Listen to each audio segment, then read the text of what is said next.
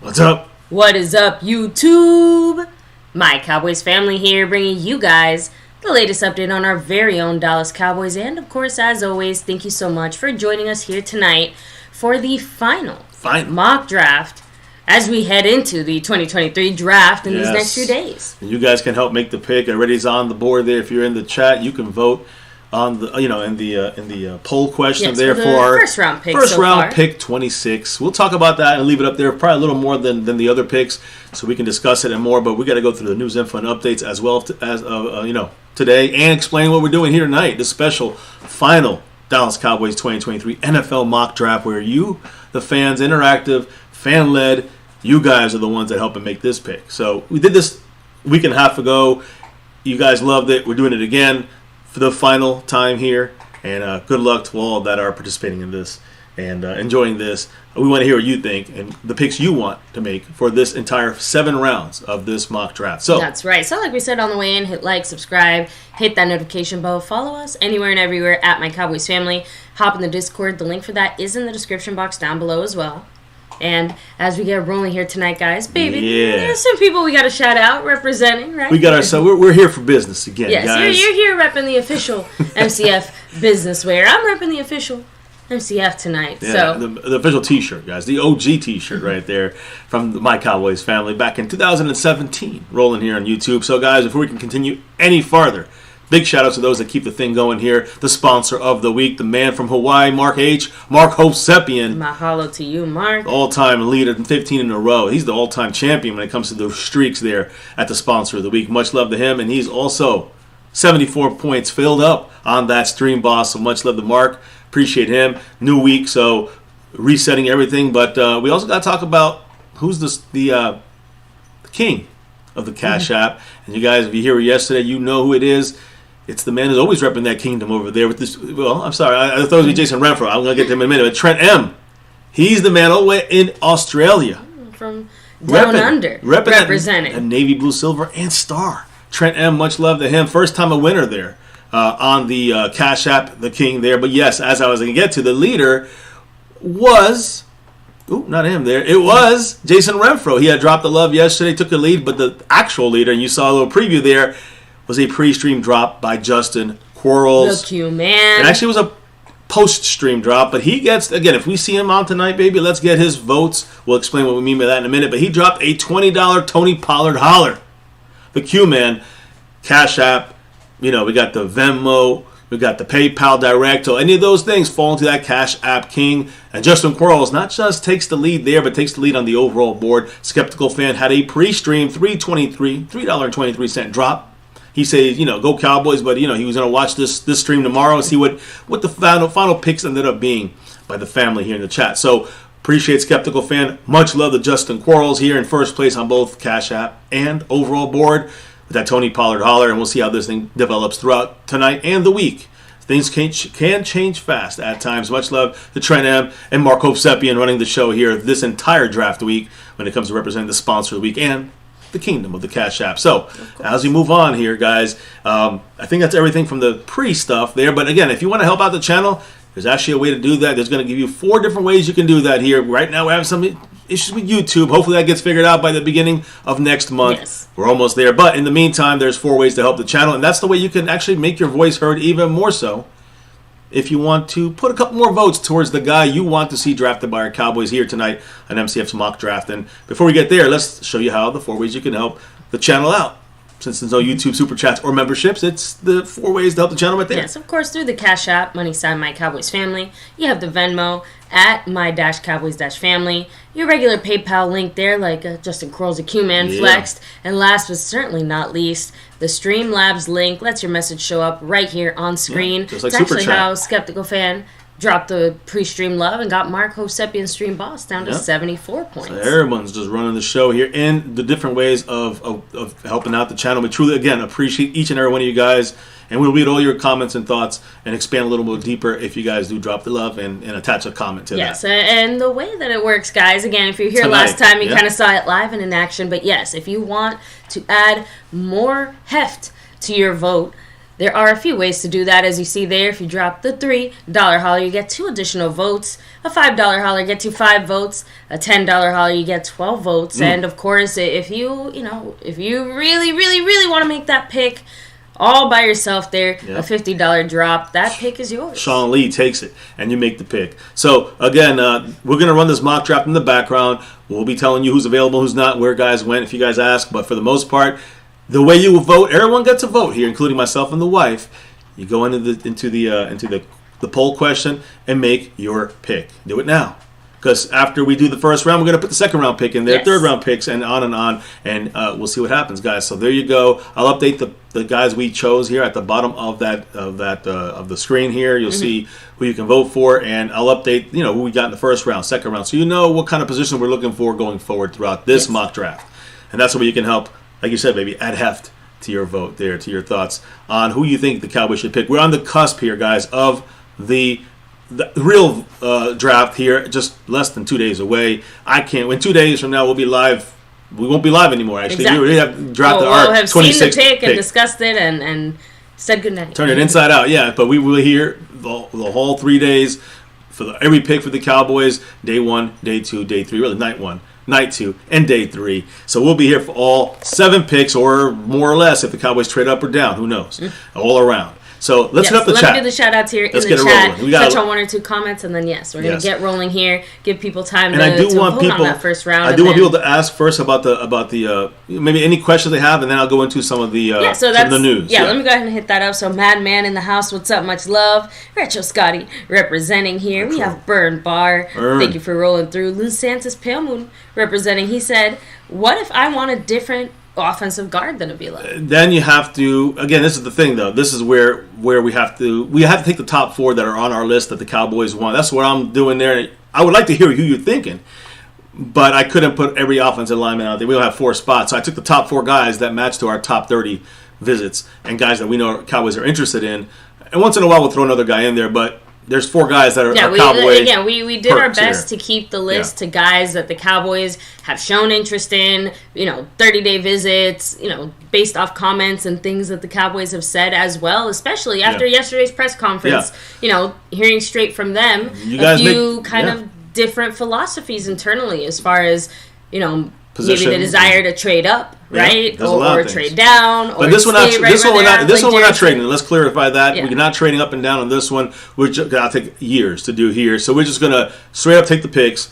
We'll tell you who's available as well. If you want that player, if you really want to give that player some votes, you can drop a $3, $5, or $10 holler, and that adds. That's how you can make a player that's not there. Again, that's adding heft to your pick if you're voting for somebody. But if you want to bring somebody up yourself that we missed, or that's not showing up here on our screen on this mock draft, then you can put votes towards that player, kind of like the independent vote pick there. You get a 5th or 6th player in the mix here, but you kind of can't do it any other way to follow those numbers and the votes and stuff than through let's say Cash App, Venmo, those PayPal. Eric Wallace, much love. So Retro Scotty, again, like Jerry Jones said yesterday, they are open to possibly trading down, but Jerry said it. Other teams have to call them first and say, hey, what do you want to do? It's not like the Joneses. It's not like we can call other teams and say, hey, do you want to trade with us so we can trade down? It doesn't work that way. If we do that, that means they fleece us. That means they take more. That means they know we're desperate. So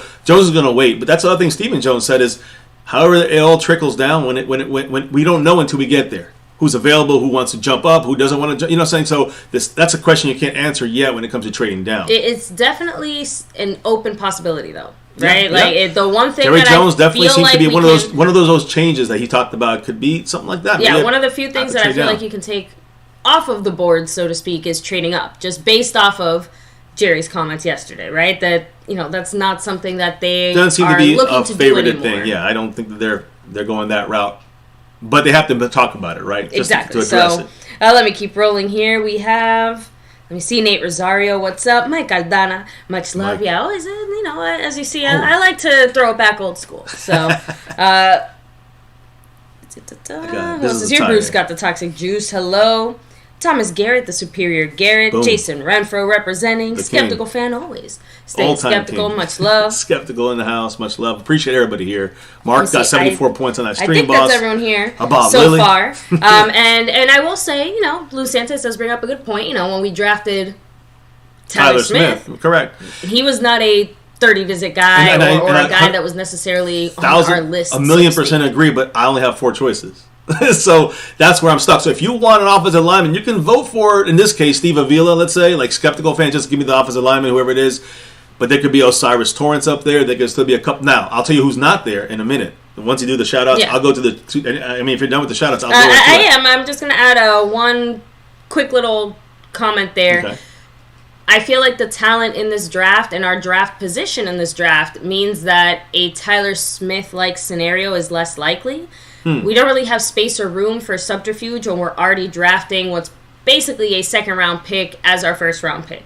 Second-round talent, but I agree. Sure, Yeah, exactly. No, you're right. No, So, you're right about that. No, I'm just saying, it feels like last year we were at least in a slightly better position. And, of course, the Cowboys can still do anything they want. But realistically speaking, when you already have so many players that will probably be a reach, the Cowboys are probably going to go for the safest option, and it's going to be a name that we already know. Like, the first round pick is going to be, like, to me at least, it feels very likely it's going to be a familiar name around these parts. Well, we're going to see. Again, lost in translation. What's up? Much love. So, and again, hit guys, those thumbs up, let us by the know way. as well. Even if you can't necessarily contribute to the votes, let us know in the chat who it is that you kind of maybe had in mind. We'll or hear thinking about. I'd love to hear other names, but again, just I to can have only, it, in mind as well. I can only go through. So I guess I'll go through the voting. I guess because I do have, the draft right now as it is. Let me go ahead and read the poll.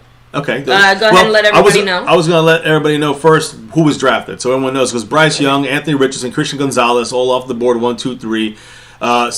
C.J. Stroud, Jalen Carter, Tyree Wilson, Paris Johnson Jr., Will Anderson Jr., Jackson Smith and Jabba went to the he went to the Bears. Then the freaking Eagles got Bijan Robinson. Just so you know, Darnell Wright from Tennessee, offensive tackle / guard. He went to the Tennessee Titans there at 11. Miles Murphy, 12. Will Levis, whatever, I forgot how to say it. But he's the quarterback going to the Packers. I wonder. Jordan Addison, receiver. Nolan to the Patriots. Nolan Smith to the Jets. Witherspoon, cornerback to the Washington Commanders. Deontay Banks to the Steelers. Peter Skronsky off the board there at 18 to the Lions. Kylie Ringo also off the board.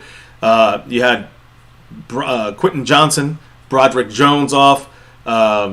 Joey Porter Jr. is off there to the Vikings, Brian Brees, and Cam Smith. I think that's everybody there that is off the board. So there is still like the Osiris Torrance floating around. The Cowboys were never brought him in.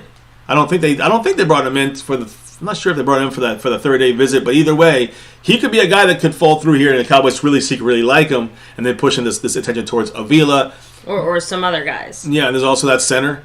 You can see in there what's his name? He has 3 names, and he's a center / guard is what he does. He plays. I think his name is John Michael Schmitz. That's John. It's like a song. There you go. Jingleheimer Schmitz. There you go. John Jacob Schmitz or whatever. I guess I don't know. Guard. John Michael Schmitz. Hey, sorry.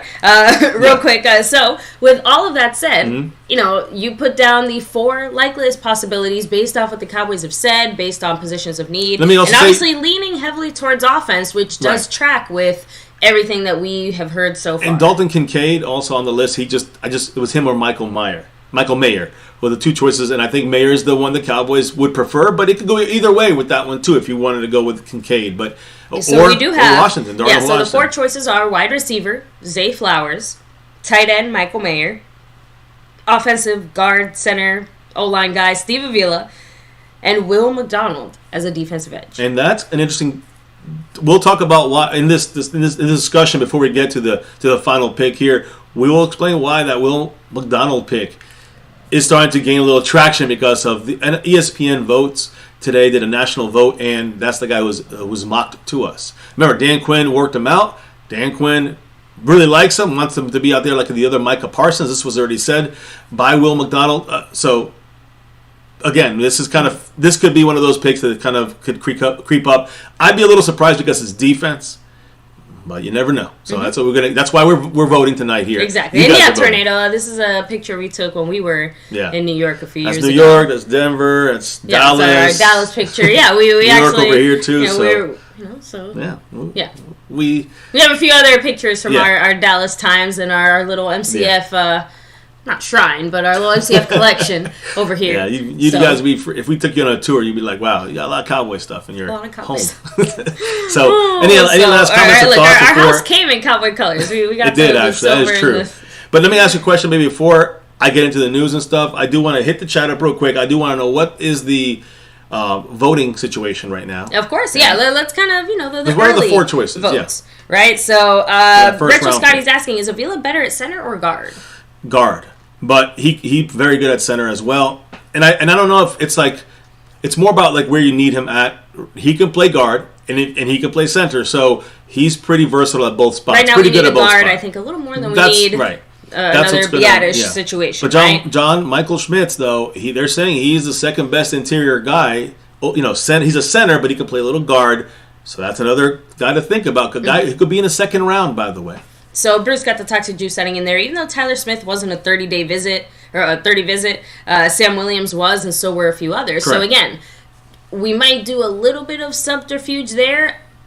I think the circumstances of this draft, the subterfuge is probably going to come, I think, in more like the second later or rounds. Third round type of situation. I also think that Tyler Smith was a guy that, even though we never brought him in, we brought in 5 or 6 first-round talent offensive linemen in preparation to maybe, to see if they want, Tyler Smith was kind of the guy they kind of knew was going to have to be the guy they picked. They wanted to compare him to the other guys, I think. One of the big reasons most of us are feeling that, the Cowboys are leaning so heavily towards offense.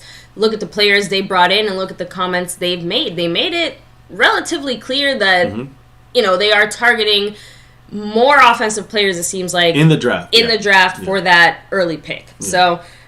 Justin Corral's a Q man. Much love, by the way. He said we definitely need a guard for sure. Let us know from these 4. Let me go ahead and hit up the poll. Yeah. But yes, Justin, I announced you, brother. You are the leader right now in the Cash App, the Cash App King. The way we're doing it, any of the direct PayPal, Venmo, or Cash App counts as a Cash App. So you're in first place on the overall board and on the Cash App side. But you also get to put 12 and then another 12 votes on here if you to the player you want on top of your vote. You can see here, you put the 10 on it, you get 12. You got another 10, so you got 2 12 packs of votes here. So you can hold off to the next round if you want. Maybe you use 12 now. It's up to you. But you got 24 votes basically to utilize the man Justin Quarles in control of not just the stream and stuff, but he's also of this draft right now, believe it or not. So much love to Justin. So we have 37. You all right? Excuse me. Yeah, all right. Choked on my own spit for a second. Sorry about that, but we have 37 votes so far. And out of those 4 players I mentioned, 38% are leaning towards Steve Avila. No surprise. Like I said, O-line to me is the overall, all-around favorite that most people would be okay with drafting there in the first round. The more surprising part, because last time it did not look this way. All right, but 30% of the votes, Michael Mayer, tight end. So again, here's the thing you got to remember though. Last time we had Bijan Robinson in the mix. I know. And other guys that people, really liked. Went to more. Now we have Steve. We don't have Darnell Wright's not there. So these Bijan, Darnell Wright not there. In real life, in this draft, they will probably not be there. So we got to make a real choice here. You got to reach a little bit with Steve Avila. You got to, you're going to take a defensive player like Will McDonald. You're going to go with the tight end. And Michael Mayer. And it's perfectly split right now between Zay Flowers and Will McDonald. And don't forget the receiver. With 16% of the votes. Yeah, I think those 2 are going to fall to the wayside in this group. I do agree Avila and Michael Mayer are the top 2 options in this group, in this particular mock draft. Who did you vote for, baby? Do I have to ask? No. Michael Mayer, right? Yes, I did. I actually voted for Michael Mayer on this one. And I know I'm a big-time offensive line guy here, but I think Avila could possibly slip down into the later rounds. So, and I say later rounds. Let me rephrase that into the second round. And if he's not there, there are still other options hanging on that can be comparable, I think, to Avila, like John Michael Schmitz. I think I would rather get John Michael Schmitz in the second round than Avila in the first. Don't hurt me on that one. That's just my opinion. And yes, he's a guard more so, but he can play center very well. He's going to play guard and center well. So John Michael Schmitz, kind of under the radar, could be one of those guys. The Cowboys. I don't know if the Cowboys brought him in, but he's a guy that's definitely on everyone's radar as far as the interior line play. One of the best in this draft. Second round, that could be possible there, and you get your maybe future replacement with Biotish if that's what the Cowboys want. We talked about we don't want that, but he's definitely going to fit in there as our starting left guard. So Schmitz could be that second round guy slipping in there. That's why I'm hesitant on Avila overreaching on him. I'd rather go with a guy that at this point I know that's why I made it tough. I had to go with the tight end, the best tight end in the draft, in my opinion. I don't know. I'll leave it there. Drums and Cowboys, much love. Saying, being a Longhorn fan, we played against Steve Avila. He's a ready plug-and-play offensive lineman from day one. So reach or no reach, it sounds like that's the target for a lot of the fans out there, the family. And I also think that the Cowboys are truly targeting Steve Avila as well. They had a lot of visits with him. He's a Dallas Day guy. He wasn't on a 30-day, but he was Dallas Day, same thing. They just have to use the 30-day. But the Cowboys like him a lot, and they kind of try to circumvent the talk of Avila. But in reality, you can't miss the Cowboys constantly looking at him in every single way. So he's definitely seems to have the inside track of the reality pick. But you're asking me, I'm going Michael Mayer right now because I think we can get an offensive lineman in the second round, interior side of things, like the center guard situation, like Schmitz could be there. But that's it. That's our thoughts there. Any other thoughts before I get into the news here? Yes, let me read a few more comments here. Lou Santos Palmu said, safe picks during the draft was a trait of the Garrett era. The trait of the McCarthy era has been taking risks when drafting. So I have doubts about the safe pick strategy. Well, again, I would love to say the trading strategy would work out. We can't do that here. We're not going to do that in this mock draft situation. We'll be here for 4 hours. When it comes to some of the other picks, absolutely. When it comes to specifically the first-round pick, our hands are tied. I think the first-round pick and the rest of the draft are going to look very, very, very different. You get what I'm trying to say? Because the rest of it, we have a lot more options, we have a lot more wiggle room, and we have a much bigger chance of getting someone that we actually like that is properly valued. Correct. Or even like a steals type of situation. But for the first round, a steal, it's like we're going into it knowing we're taking a bit of an L. Yeah. And that's why I feel so okay with so many of the kind of maybe more lackluster options, because to me, pretty much every option has, like Jerry said yesterday, pretty much every guy you're looking to get there has some kind of a wart, has a little something going on that makes you go, eh. Yeah, I'm going to say this. Either guy that wins this, and it's close, neck and neck, Avila and who's the other? And Michael Mayer. But I do think either one that goes through these two, I would be okay with that in the end. Q-Man said McCarthy likes players with a little edge too. That's Jason true. Garrett likes the right kind of guy. Those glass eaters, right? Here, give me a second. Let me. Yeah. So again, when you look at, in my opinion, what the Cowboys are going to go, I hope it's like someone like a Darnell Wright. He was unavailable for this draft, but we did him last time here. Seemed to work out. Getting our draft constructed. But where do we start hitting up the stuff? Yeah, so just saying, guys, make your picks. We're going to go through this, of course, in a little more detail. But even though Avila has a slight lead, at least last time we checked, let me see. Oh, yeah. One little difference could be the fact that there are some extra votes coming down the line here from Skeptical Fan, from Justin Quarles, which will make a difference. Could make a difference in this first-round pick. Right now, I think Avila has a slight lead over Michael Mayer. You guys vote. Make sure you vote.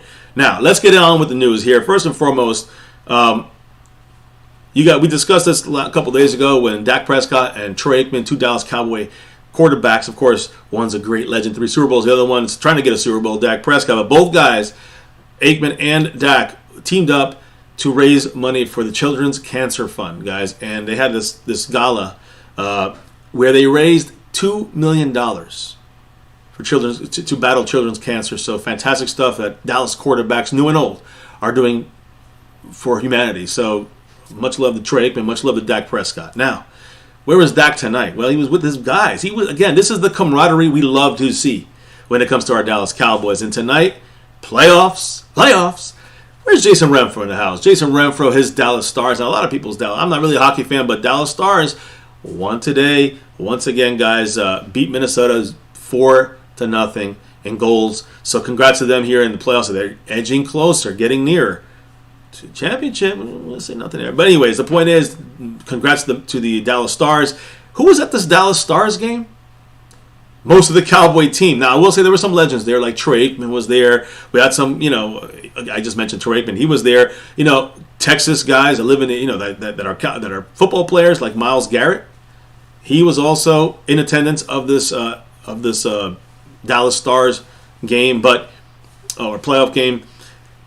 But our current Cowboys were there. And I'm talking about Dak Prescott.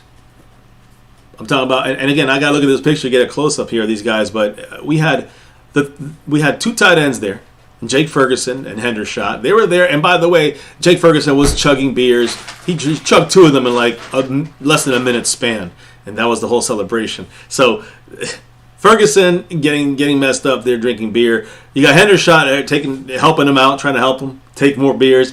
And then you had Ben DiNucci, former Cowboy, now, of course, with the Seattle Sea Dragons or whatever they are. He's over there, but he was with the Cowboy crew here in the press box watching the Dallas Stars. And, of course, he right now is the big name when it comes to one of the big names of the XFL. DiNucci was there. Terrence Steele also with DiNucci and the two tight ends chugging a beer there for the crowd. You know, they put him on the big screen. And then you saw Zach Martin pop out. Boom. He's with the crew. See, this is what I like to see, the camaraderie. The offensive camaraderie. And you're seeing here Terrence Steele, of course, Zach Martin. So I saw Tyler Biotish sneak out there in the group there, and Dak Prescott in the middle of this thing, just getting in the face of Ferguson and hyping him up, having a good time. I know we want to see them out there practicing. Throw the ball. Again, they're getting there. They're getting there. But right now with Dak Prescott, with his team, all right, Dak Prescott, tight ends Ferguson and Hendershot. Zach Martin, the leader of this team on offense. Biotish, Terrence Steele involved in this. Oh, yeah, don't let me forget also, second-year receiver bust, right? Jalen Tolbert was also there. I see a lot of Jalen Tolbert this year hanging around Dak Prescott like a little baby with his mommy. I'm telling you right now, I mean, Tolbert's trying to really redeem this bust of a first season, a first year, and he's really sticking right there with Dak and trying to get in rhythm with him in practices and getting the timing down, because he must not perform like he did last year. He must do a lot better than last year. So all these guys who are watching hockey tonight, if you guys haven't seen that, I try to retweet it on the Twitter, on MyCowboysFamily Twitter there, so you can check it out if you want. But it should be making its rounds all over the place in social media. So check it out. Dak cheering on his teammates in the press box there. Ferguson, Hendershot, the young crew of tight ends he needs to connect with. Jalen Tolbert. This is important. And the offensive lineman there, Terrence Steele, Zach Martin, Biotish, and a couple other guys. I couldn't see who they were. It's great to see, though, these guys, and even Ben DiNucci joining the fun. You never know. He might be picked up and put in the practice squad again. I don't know. So I can't read the chat. As soon as the wife is in here, she'll be hitting the chat up and let me know what you guys think about this situation. So we're going to start getting towards the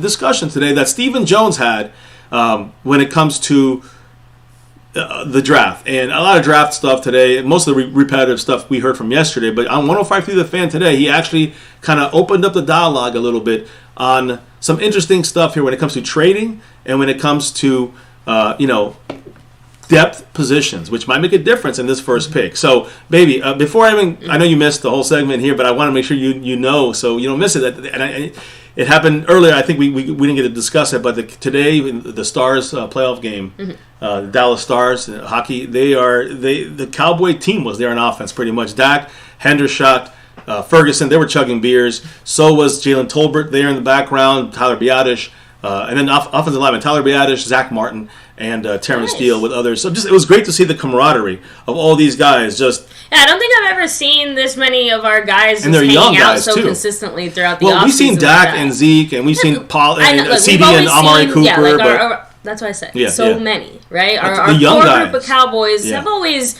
even back in the Romo days, right? When it was Romo and Witten and stuff like that. Like, we always had a group of guys that would hang out, have some time. But it reminds me of all the other offensive guys and for some reason Tyrone Crawford, that we randomly saw at that other charity event. Yeah, that was the offensive. But again, it's interesting to see that. I love to see, we know the defense is in tune. It's good to see the offense, the young offensive guys hanging out with Dak. I guess the younger offensive players like Terrence Steele and Biotish hanging out with Zach Martin, right? So to me, that is very positive for the offensive chemistry and cohesiveness with these guys. So anyway, anybody think anything about that before I move on? Again, I was going to get about that in particular. Okay. Not really. But real quick, I did see Retro Scotty asking any chance that Gibbs falls to the second or third round. But everyone's saying here, there's no way he makes it out of the first. He was right around that area for me to put him on. He was like the 6th or 7th guy from the top of the list. I didn't want to put him on because I do believe he will be in the second round or possibly in the second round. The reason I say that is because I run the draft simulation multiple times, and he's at the top, one of the guys at the top of the list in the first round, the top 10, but he always gets to the second round. Like almost every time, maybe once or twice he didn't get there after 30 damn simulations. So I'm going to roll the dice and say we can get him in the second round if you guys really want him. I think he'll be available. We'll see on this simulation. Yeah, and Lost in Translation had said earlier that he wants the guy who has the best chance of starting from day one. What about that's the best way to have our what first about round if pick all contribute as four well. guys can be started? I mean, Mayer and Avila are starters day one. Well, now then you could start looking at different metrics, but that's like the if we get to 26, that's got to be like one of the baseline. And that's where Will McDonald rules. does not fall in that category to me. Okay, so Will McDonald, he would can't start. To get off that list then. He can't start. At least for Lost in Translation. How can he start, right? So that's what I'm saying. He's got Marcus Lawrence, Micah Parsons, and then you have, that's the starters. But then you also throw in there a pseudo-starter in Dorrance Armstrong and Sam Williams about to get in there, Dante Fowler. You're going to draft the defensive end at edge and rotate him in there? It doesn't make any sense. And Retro, we'll get to that when we get a little closer to the third round. As far as running back with the Devin Ashani, hopefully I'm saying that right. Yeah, there's a couple guys that will be checking the 3rd, 4th, 5th, 6th, 7th rounds if needed when it comes to running backs. But we'll see who they are. I don't know who they're going to be. Yeah, and Beast Mode's saying it too. Like, they don't get paid to hang out, so it's nice that they're hanging out outside of work. And it just shows, like, they want to be there. You see the offense doing this at Dak's yard.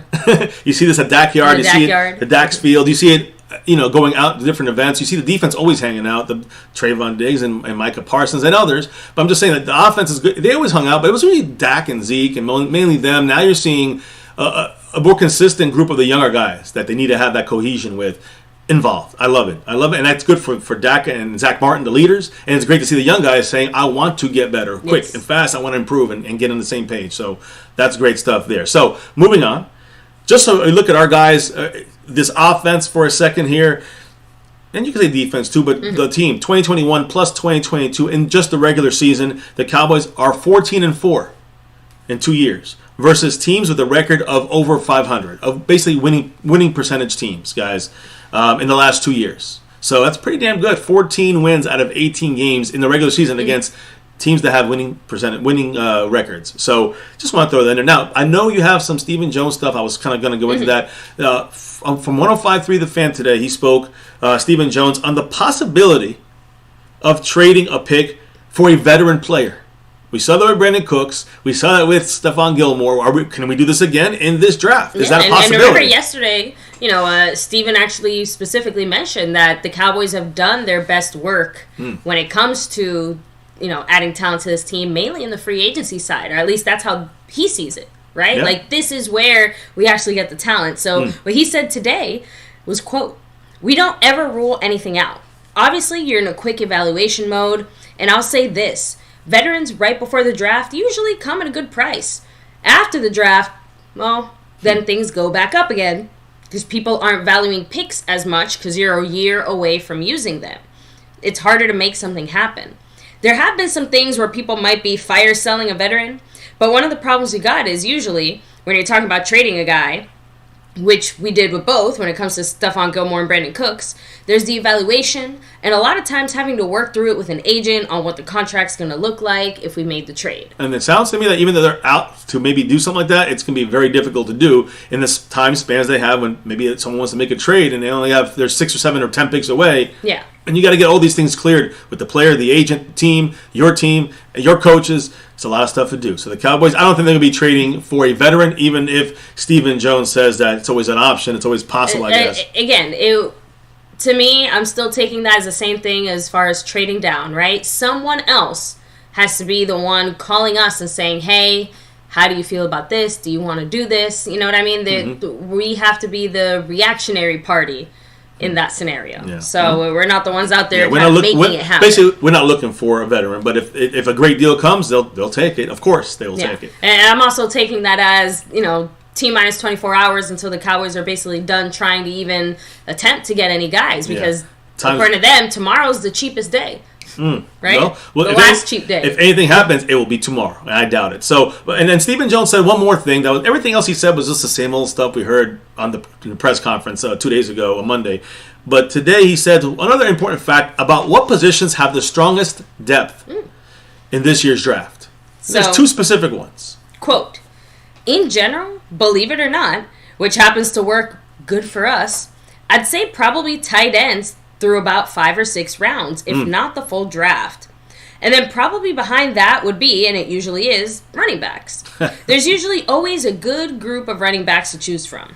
The same holds for receivers, depending on what's your flavor of what you might be looking at that particular year. There's always a lot of receivers as well.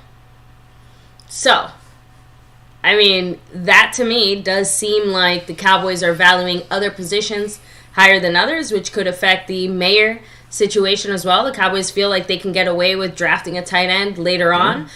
Running back, clearly, is not something that they're looking to target early outside of Bijan. Exactly. That's the key. To say Bijan, if he was there, the Cowboys might talk about it. Outside of that, the Cowboys going 3rd, 4th, or 5th. Yeah, they feel like they can wait to get that guy. And then receivers, same thing. We're not in a position where we need a receiver. It's not like CeeDee Lamb all of a sudden up and disappeared. So we do need receivers, but we can hold off. We can wait. I think what he's also saying you can. It's kind of like the style of receiver you need. They have. It's a bunch of receivers thrown throughout the draft. Some are better than other things, but the kind of receiver you may need is maybe later on in the draft. So just an idea that Stephen Jones might be kind of saying, whether it's true or not. Yeah, like Tolbert. He's trying to say, he's just trying to say, listen, we're going to find ourselves another. If needed, if we have to, we can go with tight end later, running back later, or receiver later, even if those are the 3 spots we kind of need to focus on along with offensive line. And if you obviously read between the lines, that sounds like to me you can't afford to go offensive line later. You can't afford to maybe go D-line later, right? Which are 2 positions that we also have talked about in the first, let's say 3 rounds. Just throwing that out there. Keep that in mind as we head into the rest of this. And guys, if you haven't already, make sure to vote in the poll. Yes. Let us know what you think, because in a few minutes here we're going to touch on that again and move on to the next pick. Yeah, so look, I'm going to we could, what's the number now actually for that? Because if it is at a certain point, we can move on from it if it's kind of. Let me see. We have 44 votes. Steve Avila is still overwhelmingly leading the pack, and I know that was also the vote from Skeptical Fan, what was the number? I was curious what the number is. We have 39. He has 39% of the votes, and then Mayer is the closest with 30%. And then, like I said, Zay Flowers and McDonald's are still splitting it at 16. Wow, so it's pretty much down the line. How many votes? Almost 50? 45. All right, so we'll go up to 50. Scotty, have a great night. Take it easy. Retro, much love. And he said about Dorrance and Jordan Lewis, we could get draft picks, but people have to want them. They ain't going to give that much for them. Although I do agree that Dorrance Armstrong contract is pretty good. And I also think that the Jordan Lewis might be a little too expensive, but if you need a good slot corner, there you go. But we have to have wants and takers out there. We're not going to be selling these guys necessarily, it sounds like, according to Steve Jones. King Magnus, what's up? Hector Colon. So he said, I wouldn't be upset if we double-dipped on offense and defense to secure the trenches. So, and I think that's kind of where I'm looking at, trenches, offense and defense. Even in the first 2 or 3 rounds, that's what I would look at somewhere. The first 2 days, the first 3 rounds, offensive lineman and defensive interior. That's what we need to find. I think offensive interior and defensive interior. We get that. That's what I would like to see after 2 days, 3 rounds of draft. So, now what about kicker? Now, I know we have Moody from Michigan, and we talked about him a lot. There's also Maryland kicker Chad Ryland. If you guys know him or not. He had a pre-draft meeting with 7 NFL teams. Okay. Niners, Jags, Packers, Patriots, Rams, Titans, and the Dallas Cowboys. We also spoke. I like to see that. So the Cowboys looking at Maryland kicker Chad Ryland. He's one of the top kickers in this draft, along with Moody from Michigan. 80%, Ryland was 80% on field goals in 2022, and he had a long of 53 yards. I still like Moody better, but the Cowboys, I looked at both of these guys, just so you guys know. Both these guys have been spoken to and spoken about by the Cowboy front office. So there's interest on both these kickers. So there you go, kickers. Now, as we get into this draft thing here, the little bit of conversation I have tonight, we should maybe finalize this draft pick, I guess. I think we gave it a good amount of time. What, 20, 25 minutes or so? I'm not sure. Let me see here. I'll tell you exactly. For 40 minutes. So minus the introduction. So about 30 minutes. That's a good amount, right? Yeah, and again, just starting it off now, right? Yeah, Bruce got the toxic juice set. He's like the moody train. Choo-choo. 7th round, 6th round, when undrafted. So I'll end this poll here. We're gonna make this vote here for Steve Avila in the books, guys. And as you can see, baby, locked in, locked and loaded. So why don't you read the final number? It's pretty much the same, right? It's pretty much the same. Like I said, Steve Avila has 38% of the votes, Michael Mayer 29%, and then Zay Flowers and Will McDonald's 15% respectively. So there it is, guys. We're going O-line. So I am now going to draft them. Give me a second here, guys. All good. Go ahead and do that. For the family. Jason Renfro in the house. Much love to you. Cameron C. throwing out there, with limited first-round grades, the Cowboys need to go for quality so we can make a push because our window is now. Like, the time is now. So, highest rated player, I guess. And who's going to, whose system, who's rating. That's the catch there, kind of, so. I mean, if you're going by highest rated as far as like the 4 choices here, again, it's one of the reasons we both went Mayer. Correct. He's the best at that position. But there's other tight ends like Steven James. I agree. That he can be there. So Madman said it. We got my guard. So again, for the most part, I think most people are going to happy with that. Happy with this pick again, making the best of a bad drafting situation. Right. This is one of the better case scenarios, and also I think, not to say that our first draft in this style was unrealistic. But like I said, a lot changed even just in the week since we did that. Because a few of those guys are now being drafted a little higher than even I anticipated, right? I think Wright specifically is one of the ones that comes to mind. He was kind of expected to drop to like 20. And then that would be and now he's looking like top 15? That was going to be a surprise if he dropped there too, to the 20. A lot of people were saying now he's actually not dropping anymore. Yeah.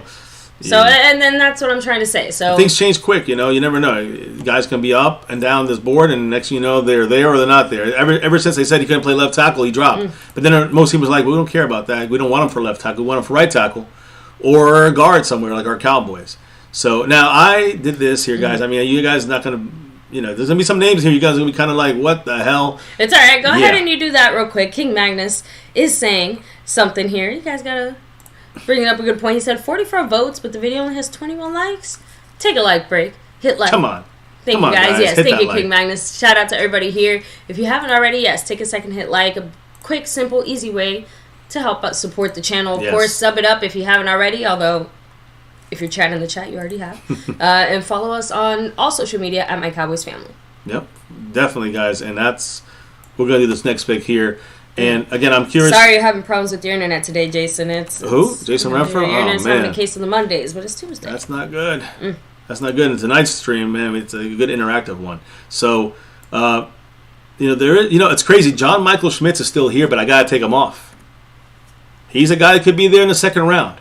So I can't use him on this one because we just drafted an offensive line. We ain't going to go back to back. I mean, I don't mind it really, but we ain't doing that. That'd be an interesting move. I mean, Steven said it. We can't have enough offensive linemen, but we're already. I got a receiver in there. I got a tight end. We have a few other ones so that we have to try to make work. I'm going to tell you right now. We got a defensive tackle. We got a running back, a tight end, and a wide receiver. You ready? Pick round 2. Pick number 58. I'm sorry. Is it 50? Yeah, pick number 58. Yes. Let's do it. What are you guys picking here? I got to make my pick now. There you go. So let me go ahead and go over your options. Go through it. And then I'll take a second here to vote myself. And do it. In the 2023 draft in the second round, who are you picking at 58? We have defensive tackle Mozzie Smith, running back Jahmyr Gibbs, tight end Darnell Washington, and wide receiver Marvin Mims Jr. I have to admit, this is very tough. There's some tough ones on here. There's some tough ones on here. And they're good ones. That's what's good. I don't care if they're tough as long as it's good. So, Spoonie Dog, options. What's up? Much love. Daniel Berry Sports, hello and hi. DB, the other DB. So, yeah, I mean... I'm sorry, I thought you were going to say something else there. But yeah, Jason, we actually touched on the stars there a few minutes ago. You just missed it. So, but yes. Yeah, we talked about the Cowboys at the Stars game. Cowboy players at the Dallas Stars game. The Stars at the Stars. Yeah, exactly. Our Stars at the Star. So... As we, again, any quick comments in there, baby? I mean, I'm going to hit up the... people are obviously saying who they voted, right? Madman said Gibbs or Mims. King Magnus said, I picked Gibbs, but Darnell Washington is a colossal beast. It seems like... tough. Pretty much it seems like Gibbs is the overwhelming favorite. Like, easy. Everyone's loving that running back. I think that is... Just bam, Gibbs. No one's looking at Mozzie Smith. No one's looking at Mims. I guess at receiver. I guess I would wait on receiver too. Honestly, Again, even I have to admit, I would probably pick. I would. I stopped to think about it a little bit more, but yes, I think even I would pick a running back over a receiver at this point in the draft if you ask me, just because I think our receiver situation, drafting a second round receiver here is similar to getting a defensive edge in the first round. There's a lot of other guys that are kind of ahead of the list there, especially two guys that we traded for one. We have another guy that we just drafted last year that we're still really hoping to make use out of with Tolbert. So it's a little trickier. Not opposed to depth, but a second round pick is not depth. That second round pick has to still make an impact. It's got to be starter rotational, and I would say that the closest comparison I can say is Sam Williams, who was like at the back end of that. So you got to get at least 30% of the snaps out there on the field. So let me see here. Madman said I don't like Maisie. So Cameron C said Gibbs or Washington. Karam Mawani saying Gibbs as well. So Gibbs as of now what's the actual percentages? Runaway favorite. But is it the percentages matter here? I didn't vote for it. I voted another direction. It's right now we're tied. Really? Actually, we have it, and again, it's still early. 24 votes, but it's 42% between Maisie Smith and Jameer Gibbs. And as soon as I said it is now 44% Jameer Gibbs, Maisie Smith 40. So it's a close matchup. And the other two are out of it. Barely scraped. And that's the thing. It's crazy because Darnell Washington, everyone's in love with this guy, and now we're like we got a chance to get him, and we're going to pass him because there's two other fantastic options out there. And then you have again, I think second round we have a better chance of having more options fall to us than in the first round. I think the first round is going to be tougher. I think the second round we're going to be tough because there's a lot of good talent still there. Like I said, the first round is going to be very, very, very different than the way the rest of our draft is going to go. After this, the options are limitless. It's our draft to control in that sense, right? Go on your board, look at what you need, bang, bang, boom, relatively straightforward. That first round pick is going to be the tricky one, and also kind of it's very important, the hinge on how we go for the rest of it. I think that's why one pick is not going to. You cannot overreact to one pick in the first round. We got to see what all the picks kind of look like. Kind of felt better last year when we saw the whole thing at a distance and as a complete whole, right? So now the votes are close up there. How can people extend the voting here? That's right, guys. There's only a few ways to do that, but if you do drop the love, there are any of the ways that you can support. You drop a $3 holler that gets you 2 votes, a $5 holler for 5 votes, $10 holler gets you 12, and of course, if you want that pick to be all yours, that $50 holler, that's up to you. That's the big kahuna. Now, how can you drop some love? There's no super chat, memberships, any of that stuff. There's 4 ways to help the channel out, though. Cash App, yep. Money sign My Cowboys Family. Have the Venmo at My-Cowboys-Family. The PayPal link, of course, and last but not least, the Streamlabs link. Yep. So your message shows up right here on the screen. Just let us know who you want, and like I said, you'll see. We'll assign those votes in that direction. I know Justin Quarles had maybe another 12 votes. He can give us his viewpoint on things. I'd love to know where he would want to put those other 12 votes on this round, since he didn't need them last round. So I'm gonna spoil my vote real quick, but right. Seeing as how the chat was split up until a little while ago, I did vote for Mozzie Smith. I agree with, I can't remember who was that said it now, but whoever said we should I think it was Hector Colon, double dip the at trenches. the trenches. As soon as that first round pick was made, I feel like that is the best case scenario as far as like adding to the team, contributing, like balancing out our needs now versus the future. I actually really like Maisie at that spot. I think that based off the comments that Steven just said and everything we know, we can wait to get a running back in the 3rd or the 4th round. Jameer Gibbs is a special running back, though. And he's the guy that be a starter after Pollard leaves, for sure, 100%.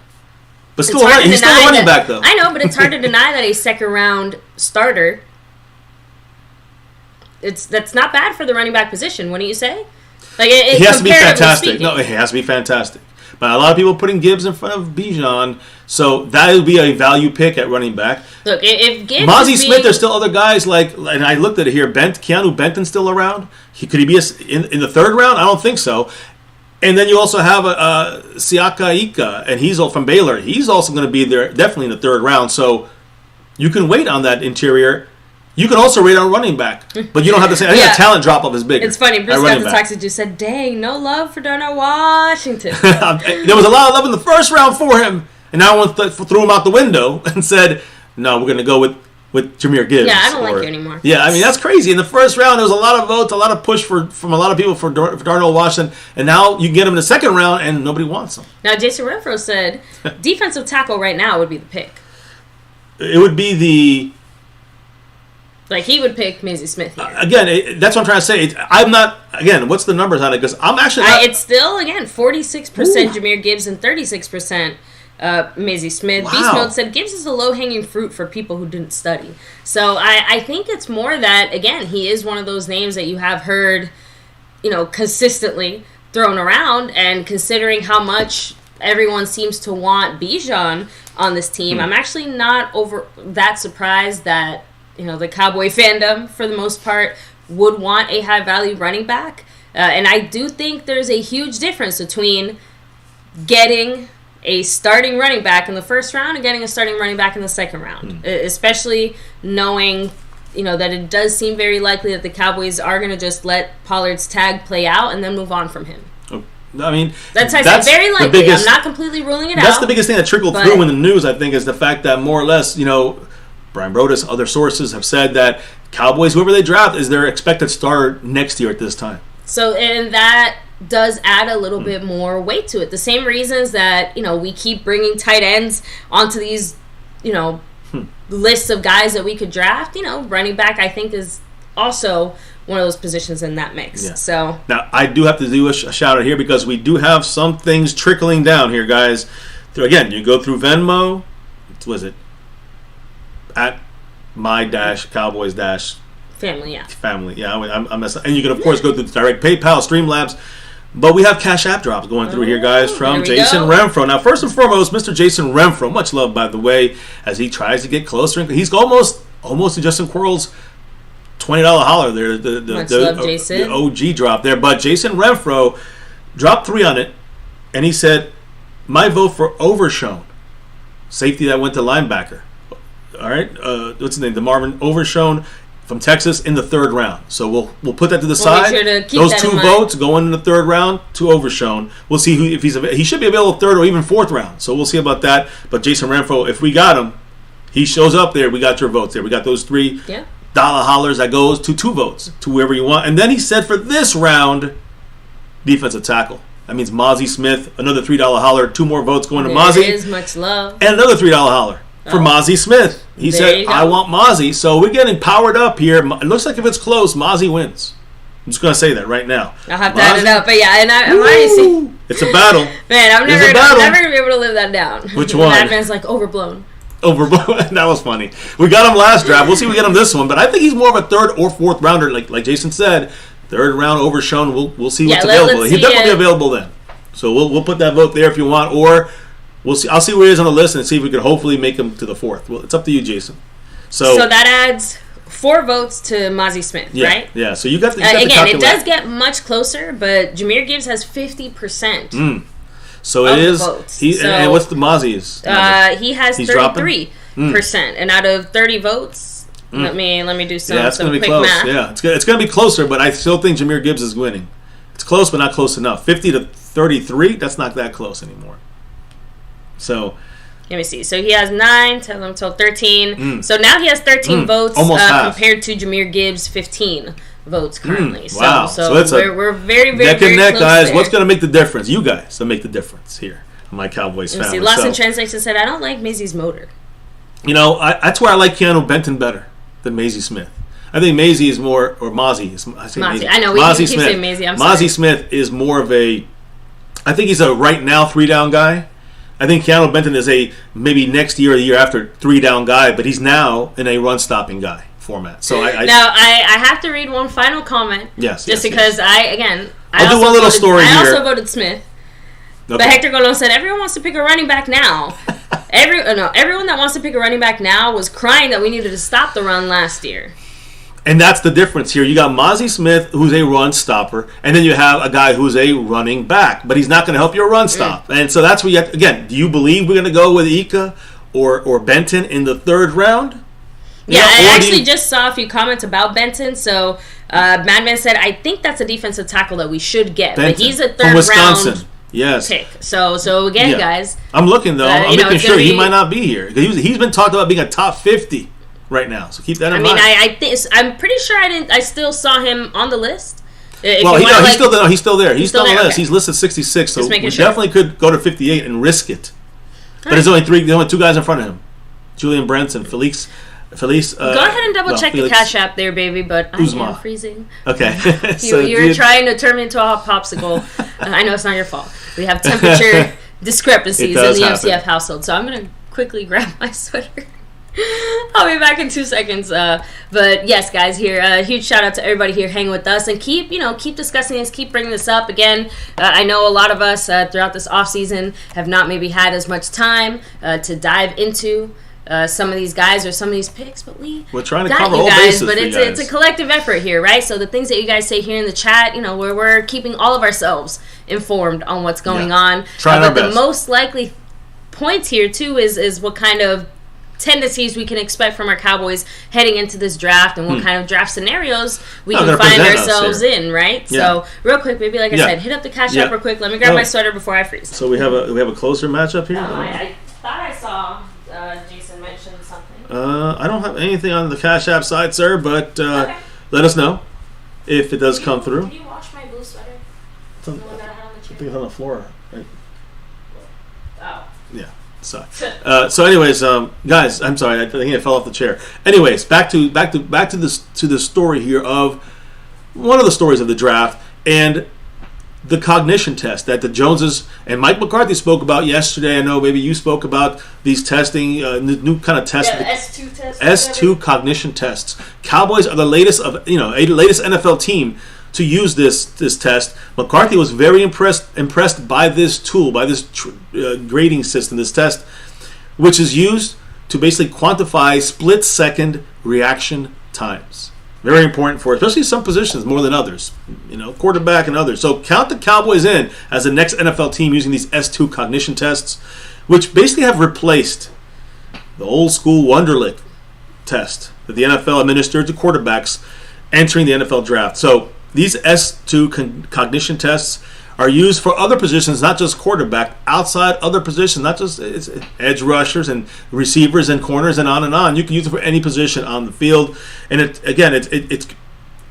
good that you can go outside of just the quarterback and this Wonderlic test, and now you can test multiple positions with this same testing.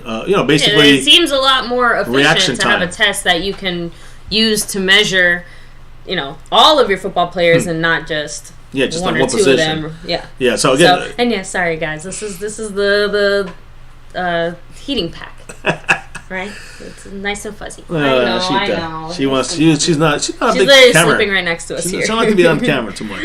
But anyways, guys, the cognition, according to the website, S2 Cognition website, that these tests they tally up split-second reaction times to visual stimuli on a computer screen. So that's how this thing works. The company said that the results are not based on race. They don't measure IQ, and it's not like classroom type knowledge or intelligence. So keep that in mind. It's about reaction, making decisions fast, and making right decisions. Honestly, it sounds like a test that I had to take, where you have to sit there and press. You have to press the button when you don't see something. Yeah, that's the thing. If you see it, you can't press it. But if you don't see it, you have to press it. It's like the opposite of what you'd expect, because you want to press it. You might have had the S2 cognition. You know what? You should see my football skills. Football, baseball, hockey, golf, volleyball, and other sports are using this new wave this new scientific test, I guess, S2 cognition test, reaction, the quickness of your reaction. It'll be interesting to see in the next few years how the cognition test matches up to results, right? Because I know we saw very early. I know actually about a month or two ago, I think they compared some early guys that took the test based on their output and stuff like that, and the results were kind of surprising because some of the more cognitive players, not sure how you would phrase that, you know what I mean? It also kind of matched up with some of the more successful younger guys in the league. So far it seems like that metric is actually contributing to teams getting guys that they feel, are worth it. So that's what they're using now, right? So it seems like they're falling in line, and more teams are going to be doing it this way. So any quick comments here as we touch on the draft situation, second round? Jason said that he has a few more votes for Mozzie Smith. You sure it wasn't from the ones I already shouted out? He might have missed it. Jason Renfro, I got you on 3 different $3 hollers, 1 for Overshown next round, and 2 sets of 2. Mozzie Smith. Yeah, 4 votes going to Mozzie Smith. 2 and 2, right? That's you got the 2 $3 hollers is 2 votes each. So we got you. We got Overshown next round. I got those 3 in for him. I think we're good. So now I do want to kind of go back. I know we did our first round pick, and actually I need to fix that. So if you hit a comment go ahead. there, let me roll back because I saw a comment here I did want to touch. Yeah. A Lost in Translation podcast said we got kicked out of the playoffs because we couldn't run the ball in the playoffs. Well, the main thing was 2 things I think came to that, and that's why I say offensive line, Steve Avila, right? But we got him in the first round, so Jahmyr Gibbs would have been nice in the second round. That's what we're doing now. I understand what he's saying. I understand what he's saying, comparing it to the interior run stop issues that we had. It's both things that happened. The defense wasn't at fault in that game, but it was more about the inability without Pollard to run the ball. That's what I'm saying. We actually did face. The Niners were more of a, surprisingly, just an all-around threat. You know what I mean? Very good defense. So it's, realistically speaking, they were one of the toughest teams that we faced all year. Unfortunately, we did lose, but, the Pollard injury, one of the main things that happened there, and I know throughout all the discussions we had, but I remember Justin Quarles and I having this discussion specifically. Justin said it, the moment that Pollard got injured, because of the way that our game was going before that, too, like, that game was done.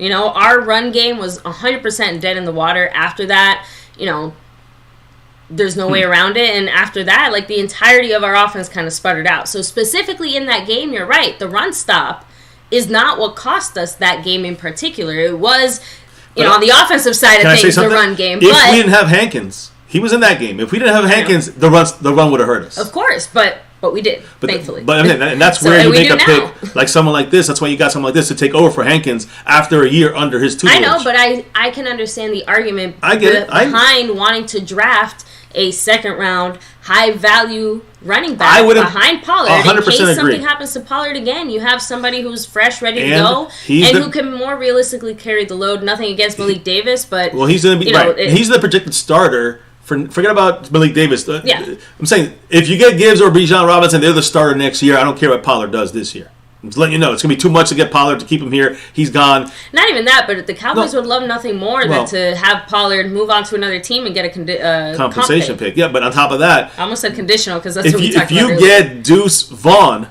in the 6th round, you really can't move on from Tony Pollard to have Deuce Vaughn as your running back next year. Church, much love. Exactly. Zeke was hurt too. So, and that's what I'm trying to say, that once Pollard went down, that was it. Our entire offense came to a screeching halt. It was hard to get our momentum back after that, and it did.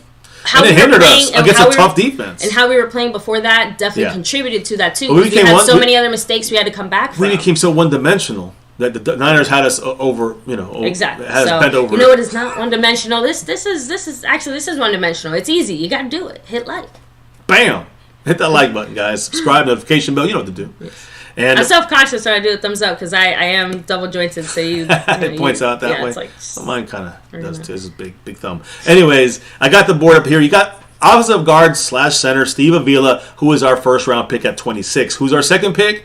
What's the updated numbers, baby, on that? Yeah. Let me go ahead and because this is a close one. If it stays close, I'll keep it going. If you guys want me to call it, we'll call it. Let me see. We have 35 votes. Ooh, you know what? It is pretty dang close. I would say, let's give it another minute or two. All right. So what's the? And I'll hit up the chat, and then after that, we're gonna. What's the percentages? I'm curious. It is 46% right now. Jahmyr Gibbs, 40% Mozzie Smith, and I'm pretty sure when you add Jason Renfro's votes to that, they're tied. Almost tied. I will do the math real quick and figure that out. Because that can make a difference. If someone dropping, 2 extra votes, and then you got it. It's a done deal. We might have to call it there. Justin Quarles. It's close. The Q-man in the house. But I would like to know what Justin Quarles wanted to do with his votes as well. I'm going to give him 12 more votes. because he didn't use them well in the first Let me one. see. So, or you can save it for the next round there, Justin. Aztec Aguilar said Malik Davis not being used in the San Francisco game after Pollard went down was the last straw for me and Kellen Moore's dumb decisions when under pressure. Some stupid calls by Kellen Moore, but a lot of that is wrapped up in the Joneses. Think about that, and the fact that they want to see Zeke. If can you imagine they go with Malik Davis and Zeke's, the double-digit $1 million guy out there, and Jerry wants to see Zeke on that field. So I don't put it all on Kellen Moore, but yeah, it's frustrating to see Kellen Moore just his overall usage of. Mosh man, what's up? Mosh in the house. Jason Renfro said he did drop a little more right. in the cash app. That can and make if the I'm difference. doing my math right, as of now, actually I'm gonna need to write it down just because there's a little more math involved in this one when we're adding the votes, and I just want to make sure that I do it. I just want to make sure right? I have not received it yet, so I can't. And I always have to double check my math. It's all right. Do your thing, baby. I'll go through something here about the first round as we kind of hang in here to the finale here of this second round. 40%. Make sure you guys vote. With this many votes, I gotta say this was tough for me because I did. But I know we have some new people. Yeah, you see, so the votes changed a little bit. So let me make sure. Let me see. No, and guys, again, if you're able to vote now, go ahead. Or if not, let us know. Shoot us a message here. Let me see. So now it changed. You see, now it changed again a little bit because we had another vote for Jahmyr Gibbs. So now he has 47%. That's definitely pulling away a little bit more. I think we're going to have to call it here close. I will say this. While you do that math, I'm going to talk about the first round for a quick minute. We got Avila. Today was a 2023 NFL mock draft, but by ESPN Sports Nation. So ESPN did their NFL Nation mock draft.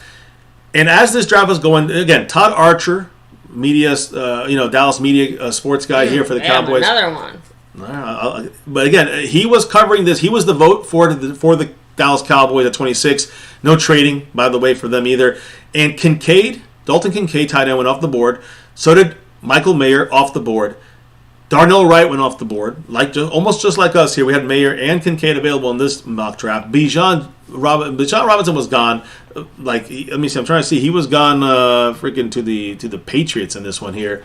And then the top receivers were gone. JSN, cornerbacks that you can vote there early. Porter, those guys were gone. So the options were very tight going down as it got closer to pick 26. And then Todd Archer went with the guy we didn't go with in our first round, Will McDonald. Guys, Will McDonald with pick 26. We know Quinn loves him. He said basically that, he instead of going with tight end Darnell Washington, tight end Laporta, he considered offensive lineman as well. He looked at Drew Sanders, did not consider a running back, did not consider Jahmyr Gibbs, which we're considering right now. But this is a first round pick now. McDonald went with him because it makes the pass rush stronger for the future and all that stuff. I'm a fan of Will McDonald's closing speed. I'm a fan of his, burst, bend, so a little Quinn-ish, a little bit out there, a little Micah-ish sometimes, but he has all the traits to be an impact edge rusher in the NFL for years. And of course we know with Sam Williams, Micah Parsons, and if we had Will McDonald, that would be a fearsome threesome to go out there going forward into the season. You could move different pieces around. You could maybe move Micah back a little bit more to linebacker. Just some things, guys. But that's what you would do with a Will McDonald, which was the pick in this mock draft today by Todd Archer on ESPN. Now, we'll talk a little bit more about the first round in a minute. Yeah, I think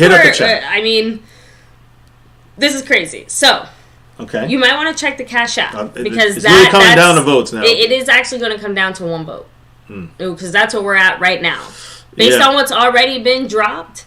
Right now, Gibbs has 19 votes and Smith has 14, but then you have to add the 4 votes that Jason Renfro added in there. So it's actually, like I said, 19 to 18, 19 Jahmyr to 18 Gibbs. Who is Justin Quarles rooting for here? And any other comments in the chat that can make this a difference maker here? In the first round, Cowboys have up to 18 players. I think that the Cowboys kind of stated we have about 16 to 18 players on our first round graded board. And we're at 26. Trade up, trade down. Listen, I'm going to tell you what some things are, I think, for the Cowboys' favor in the first round. What favors the Cowboys in the first round, baby? I'll say it in a minute. First, I want to get the second round done. Cracking up. Hector Golden said, just add the 5, carry the 4. Go ahead and just pick Smith. So, Stephen White said, Darnell Washington, fools. So, I know. Again, guys. Long gone. We had him in our last one, though. If he's there, you take him, in my opinion. I know. We have to see here. Real quick, Justin Kroll said, I never got the first round. So, I thought you voted O-line. You said you'd like to get guard, so we put your we got you vote in at for Avila. Avila. Which so, and I know you said you still had to do a little more research on some of the potential draft picks and things like that, but since you just said position, we put you down for O-line. That was the only O-line guy we had on that first round, so I mean, that was his... So, yeah, but let us know who you voted for. He can literally make the difference here. Running back, running back, Jahmyr Gibbs, who is a guy who's measured in the same area as Bijan Robinson. In the second round, now we're getting this guy here, Jahmyr Gibbs, or you go with Mazi Smith, interior, another interior run stopper, but I think there'll be at least one good player left in the third round. There's no guarantee that the family will pick him, but there'll be a player in the third round available. I'm pretty sure at the interior nose tackle, there'll be running backs throughout the rest of the draft. I do think that Jahmyr Gibbs' talent is much better than Mazi Smith when you look at their positions, right? But I think when it comes down to need, you can make a real case for Mazi Smith. If you don't want to worry about defensive tackle from here on out and not go with Benton if he's there, not go with Ika if he's there, then you go with Mazi now.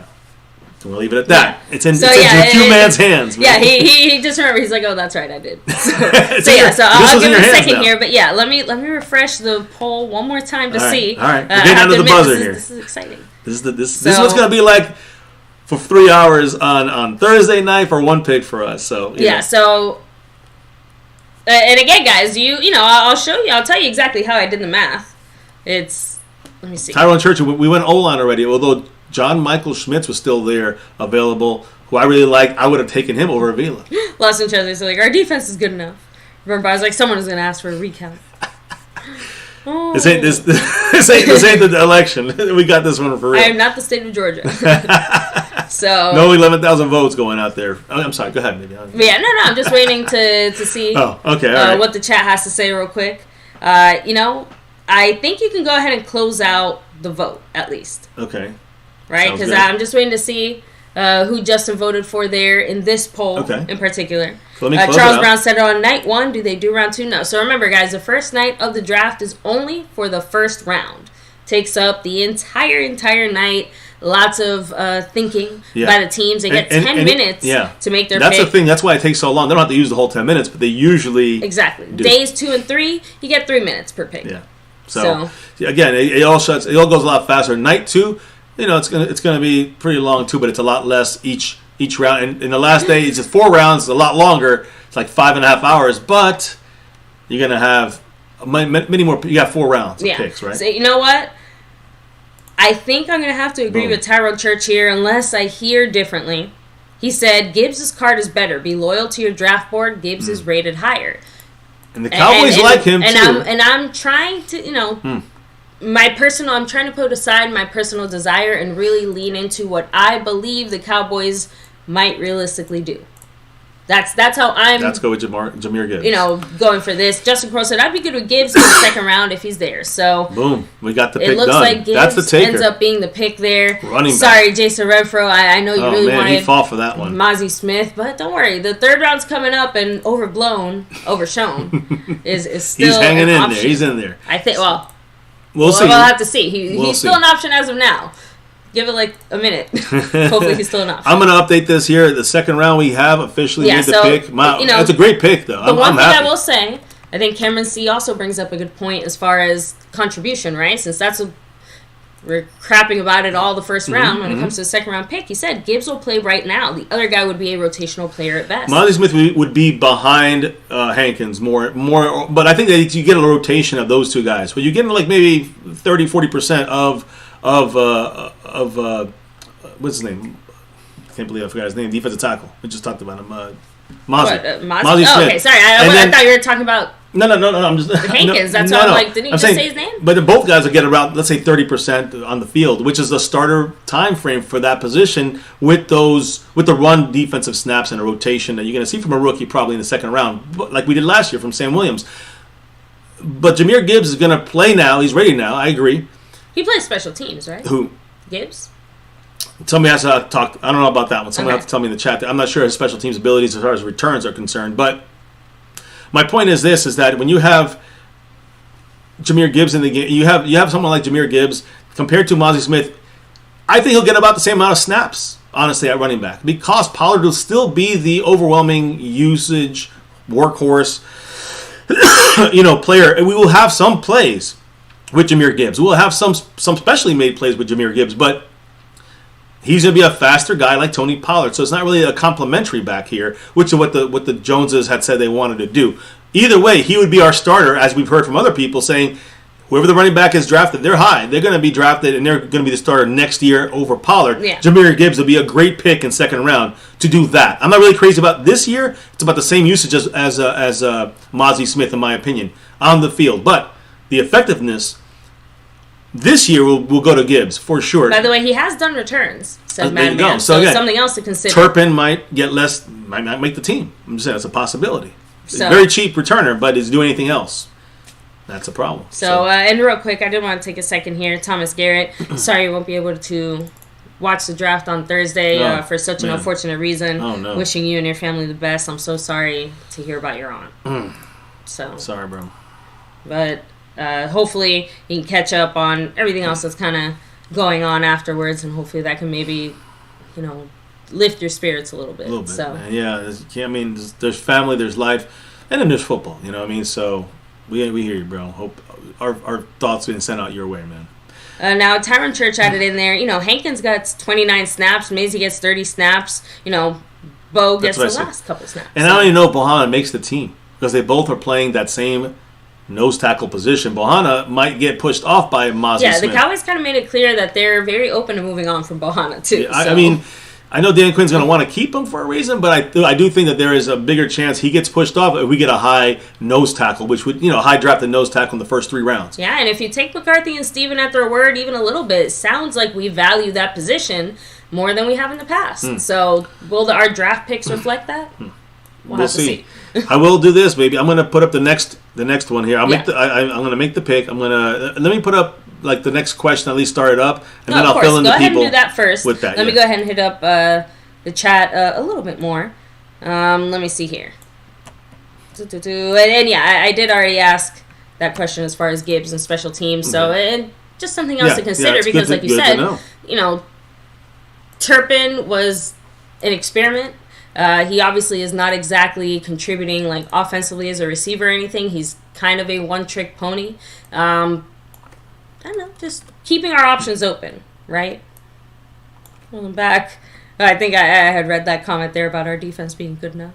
Well, let me put some guys on this thing here in a minute after I make the Tyron pick. Church also asking there, basically who is not going to be on the field. What do you mean who's not going to be on the field as far as far as draft picks? Like who is not going to get the same amount of playtime? Who's going to get the most amount of playtime?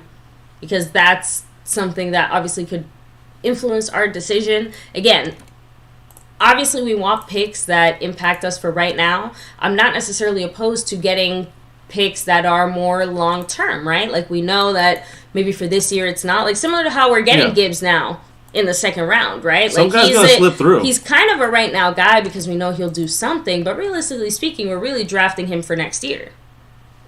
I agree. In a way, it's like this is his practice year. But the best of both worlds scenario is he is going to be able to contribute this year while also being able to take over next year. So it's going to be hard to get guys that work out in that specific way every single time. Yeah. But there's definitely still... No, I didn't say Chirpin. I said Turpin. It almost sounded like you said Chirpin. Chirpin? Yeah. You're chirping all over the place. Chirp, chirp. So I made the pick in there official. You see it on their screen. It's done. Done deal. And now I'm looking through the top 4 picks here. Sorry, Chirpin. Chirpin. Come out there chirping. I'm looking for this. I don't know why I found that so funny there. So I don't know if it's a chatter. I'm putting all these guys in here real quick. The top four. You guys are gonna. Again, I want Overshown, but he's gonna be available in the 4th round, in my opinion. Looking on this list, guys. So what's funny, when we did our first one and we got him in the 4th round, we were like, oh man, what a steal. Like, we weren't expecting this or whatever. And now, like I said, now that we're a little bit closer, it's much more in the realm of possibility. He's ranked in the 130s, and we're at 90. That'd be an overreach there. So that's what I'm saying. I'll put him in there. We'll put him temporarily with 2 votes in the mix. Okay. All right? 2 votes, and if if he's in the next round, we'll give those votes there. We'll push those forward to the next round. I think next round's more for Overshown. I think 3rd round at the earliest, 4th round at the latest. I think that's the way we're going to look at Overblown. Overshown. So you ready for the I have him here. You guys, go ahead and post them. And before I read them, I was going to I didn't put Bergeron. He was in there. We got an offensive lineman.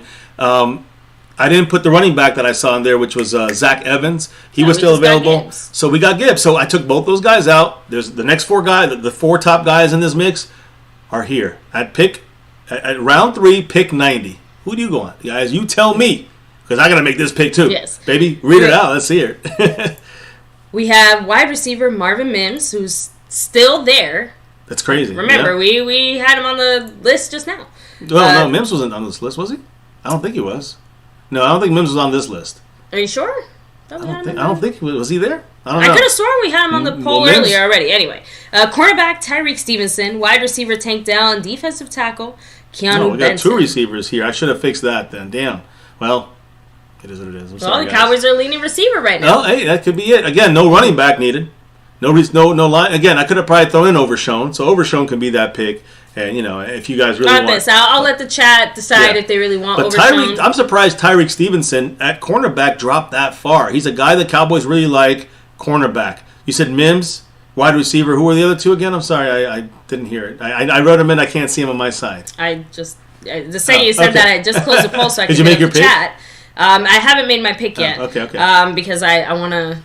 Okay, talk it over a little bit more on this one same, first. I'm the same. But we have wide receiver Marvin Mims Jr., cornerback Tyreek Stevenson, wide receiver Tank Dell, and defensive tackle Keanu Benton. This is an easy one for me.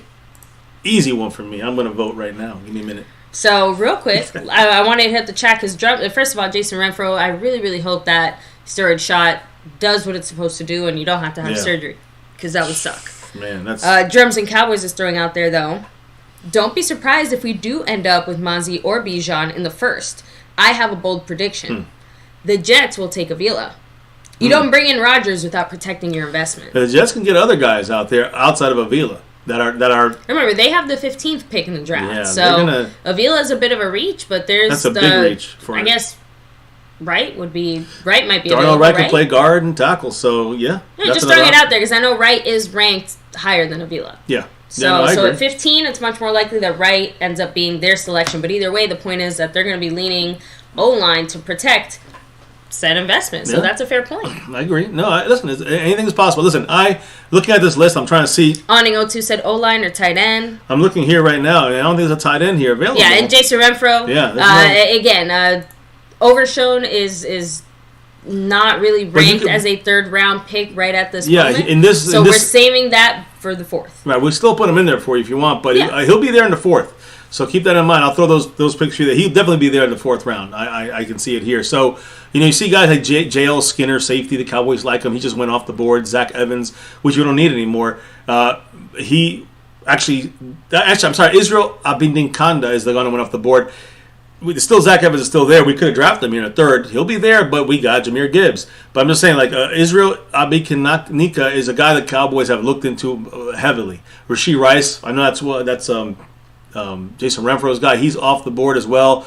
But I go and look at the guys that are left. It sounds like tight end by committee might be a situation in Dallas. And I'm making a bit of a joke there, but it's more, again, if the position really is as deep as Steven feels like it is, it sounds like the Cowboys would easily get by with a 4th, 5th round pick with the guys that we already have, considering how much weight we have at the receiver position, how much weight we would have at this point, based on this draft, at the right running back position, at O-line, right? So I'm just saying, basically tight end is a position they can afford to go cheap on this year. I agree. No, in the Cowboys mentality. So just kind of trying to thinking. So Jason Renfro, you see, I told you that. Overshown was not on the poll before this. No, he wasn't. So unless you mean somebody else. He said for the 3rd round. So Madman said, "I like Mims, but give me Benton." So see, and again, Mims is a value pick there. Cowboy, what's up? Studlywood in the house. By the way, it's a value pick to get someone like Mims there. But there's other receivers still. There's other receivers. Even Tank Dell is a guy that could still slip to the 4th possibly. He's a high value. I would say he's about where he's supposed to be. I think Mims is the guy who dropped. So again, that's interesting change up there when it comes to these. I made my pick, and you guys can probably guess what that is. But to me, it's a no-brainer. I guess I'm with the majority here. Keanu Benson so far is leading the pack, and that's the vote that I made as well. I did think about it for a minute. I do really like Mims, and I was torn. It was either him or Mims for me, just because the value for Mims, like you said, it's if you're looking at your board and we're talking about who's the highest rated player, he does feel like a bit of a steal here. I feel like we're still kind of coming back to that other point that I brought up earlier. How much playtime is he going to get? Is it worth getting a third-round receiver now when we know that someone like Benton will be able to have more playtime? I'm looking here and contribute more the same way that we just talked about Mozzie Smith contributing. You know what I mean? The only guy I will see maybe's around for us at defensive tackle will be Jacqueline Roy, and that'd be maybe next round. But if we're thinking of taking somebody else in another position, you're not going to get anybody else at defensive tackle. I was just about to say the cliff for O-line and D-line is a very steep one after you get out of these first 3 rounds. And we've heard it's not just us, right? Like one of the things that did stick out too yesterday is that Steven said that we have about 15 to 17 first round rated players, which literally matches up with exactly what we've been hearing throughout the offseason for other teams. So what, you think we're the only ones that are sitting here looking at these positions knowing that after a certain point, that's it? You can't really get them anymore? I mean, so that's a good question. Again, I'm looking here. Madman said, imagine if the Cowboys actually do draft Gibbs and Dell. Tank Dell? I mean, Tank Dell's very good, but there's other receivers that can still be floating around out there, like Mims. And I think when you look at Ika there from Baylor, so he's also available, but he's going to be off this board as well before the next round. So this is the last chance for defensive tackle. And that's why I voted for Keanu Benton. I had to. I mean, to me, it's a no-brainer. What do you guys think? It's up to you guys. I mean, again, we're pretty much on the same page here, which is a little frustrating because I want to argue with you. Just kidding. No, it just, we so far, I think... What's the numbers we have been on the same page, actually. So, let me see. Jason Ruffin said, defensive tackle is killing it. Stephen Weiss said that Dell is tiny. He is small. Madman throwing out there, imagine if the Cowboys... Oh, sorry, I read that comment. It was Tyron Church who said, get Ben. So, Stephen White threw out there that Benton won't get much playtime. Again, similar to the Hankins situation, he's not going to be behind Bohanna. I'm going to tell you that right now, guys. I mean, he'll start off that way and he'll quickly pass him. In my opinion, that's with a Mozzie Smith type of player. That's with a Keanu Benton. That's with an Ika. Any of these guys in the first 3 rounds, if they get drafted, they will be in front of Bohanna in the middle or the end of training camp. And maybe even pushing Bohanna off the team. So to me, he's our backup, rotational backup starter that will go in there and have to play when Hankins goes down. And he's going to go down a little bit here and there. Luckily, in the first year, we don't need that pass rush as much, the 3-down kind of guy. Because, we need the run stop more than the complete defensive tackle, nose tackle. So that's the thing he'll give us, Ika gives us, and Mozzie Smith gives us. So... Can't lose with him. By the way, I knew I wasn't crazy. You did put Marvin Mims on the poll last time. I am sorry about that. I don't know why that showed up that way because he fell through, and that's a steal for us. Well, maybe that's a steal play. They're telling us. That's the point. Grab they're letting us know there. So, but real quick, baby, yeah. So Keanu Ben overwhelmingly has it. Let's do it then. Let's wrap it up. I would say let's lock that in. What's the percentage? Let me hear it. 59%. And give me the rest of them. 23% is the next closest for Mims. Oh, okay, Mims. Okay, all right. So Mims. So that's what I'm saying. Looks like Mims is not going to go to the next round. I'm pretty sure about that. He has almost double. Yeah, no, it's a done deal. So Keanu Benton, I love it. You guys are great, and that's what if we get this kind of draft, I'm right now. Might have been, maybe reaching with Steve Avila, but damn, we got a gem in Jahmyr Gibbs, and then we fixed the interior. We passed on Mozzie Smith, but we got Keanu Benton. Not a big drop off in my mind. Not a big drop off. So I love this draft so far. First round. It's hard to not have any first round pick be a reach. So you might as well get the one that you feel the best about or the most comfortable with or the one that's going to be the most impactful. And O-line fits the bill for all 3 of those. Agreed. So I'm going to make that pick here. So Tank Dell has 5% of the votes, at least as of this moment. Yeah, that's not Tank Dell. Sorry, buddy. Again, I think he'll be a drop. He's the 4th guy of the list of players that we have needs for a position that we haven't drafted. He's like 10th on this list.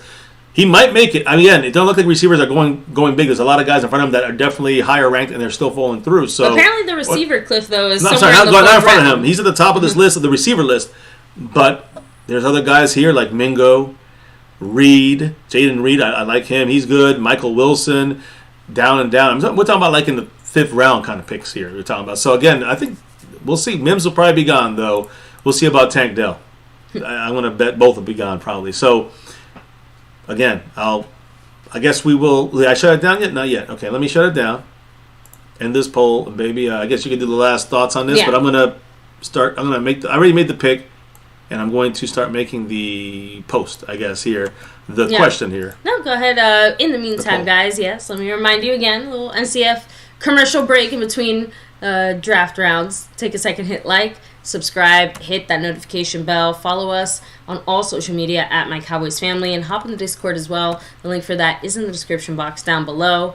While we're still dealing with some of these YouTube shenanigans that we are very, very hopeful will be resolved now that this new month is almost upon us, there's only a few ways to show the love and maybe add some more votes as well. We'll touch on that in a second there. But yes, through the Cash App, money sign MyCowboysFamily, you have the Venmo at my-cowboys-family, the PayPal link, which is just, you see them there. Our email there. And last but not least, the Streamlabs lets your comment show up right here on screen like a super chat, takes down Marco Seppi and Stream Boss, all that good stuff. So and then like you said, baby, the way people can drop love here through these ways, you can also help influence the vote. Yeah, you want some extra votes? A $3 holler gets you 2 more. A $5 holler gets you 5. 10 gets you 12. And of course, you want to make the pick all by yourself. Drop the $50 holler and it's yours. So that's all. Now I'm getting the names together, baby, here, and I know that I have to take that off the screen. Yeah, so I do have to admit, I'm feeling a little vindicated that I was right about the Mims being on there twice. So not because I'm not like, it is what it is. I'm just saying that I knew I wasn't crazy when I thought I saw him. Yeah, we had 2 of them on there. That's why. They're different Mims. Did he clone himself? Did he what happened there? So it was your guy MCF here, baby, messed up. Oh no, it's okay. There's no mistakes, just happy little accidents. I'll take it. So let me just so we got running back, defensive tackle, and offensive. It's just hard because I got to go find a guy here who is not. Yeah, I guess I have to go this way then here, guys. Again, I'm trying to go with the top positions of need. I guess I got to throw him in there. Running back? I don't know. There's not really any other spot here. Let me see. I mean, I guess, maybe. You see, the draft gets a little tricky now. Oh, I got one. All right, I got a guy here. Definitely a good player. If you guys are... this is the guy here that kind of... See, similar to our Cowboys, we have to see what's actually available. Look at our draft board. Look at our sheet, right? Compare, contrast. So, there we go. With the 4 players available right now. In the 4th round, guys, we have linebacker DeMarvion Overshown, right? Jason Renfro's favorite guy. Cornerback Darius Rush. Wide receiver Jaden Reed. And tight end Luke Schoonmaker. So again, we had Schoonmaker last. Predictable. Wait, did I didn't close? Did I? What? Okay, I thought I closed it. Oh, okay. No, I think it's. Okay. Hope I didn't. Okay. No. Thought I closed it off. I'm like, please. No, I didn't. Anyway, I'm a predictable person, so I'm a creature of habit. So I'm sure you can understand that I have to vote the way that I vote. It's a requirement. I'm going to remind everybody from these picks that we have on this board here for the 4th. We're in the 4th round now. Wow, we're I saw 2 people there screaming Rush. So not Cooper Rush, Darius Rush.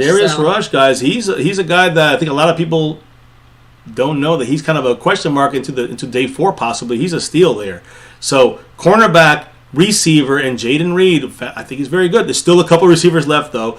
So far, no receivers, no tight ends either. Luke Schoonmaker, we took him last time. He's here again. He's a guy that Cowboys like and looked at, and they also love. Former safety from Texas, now linebacker, entering the NFL. DeMarvion Overshown. Some 4 great names here. A lot of great ability picks here to go with. This is where it gets tough, guys. I'm gonna be real about it. So let's get it on, and let's see what happens. So give me your picks. Let's get it on. Real quick, obviously we'll give it a few more minutes for people to go on in and vote. Baby, I don't know if you have any more kind of I do a little bit of news. Yeah, I'm gonna hit that up in a minute.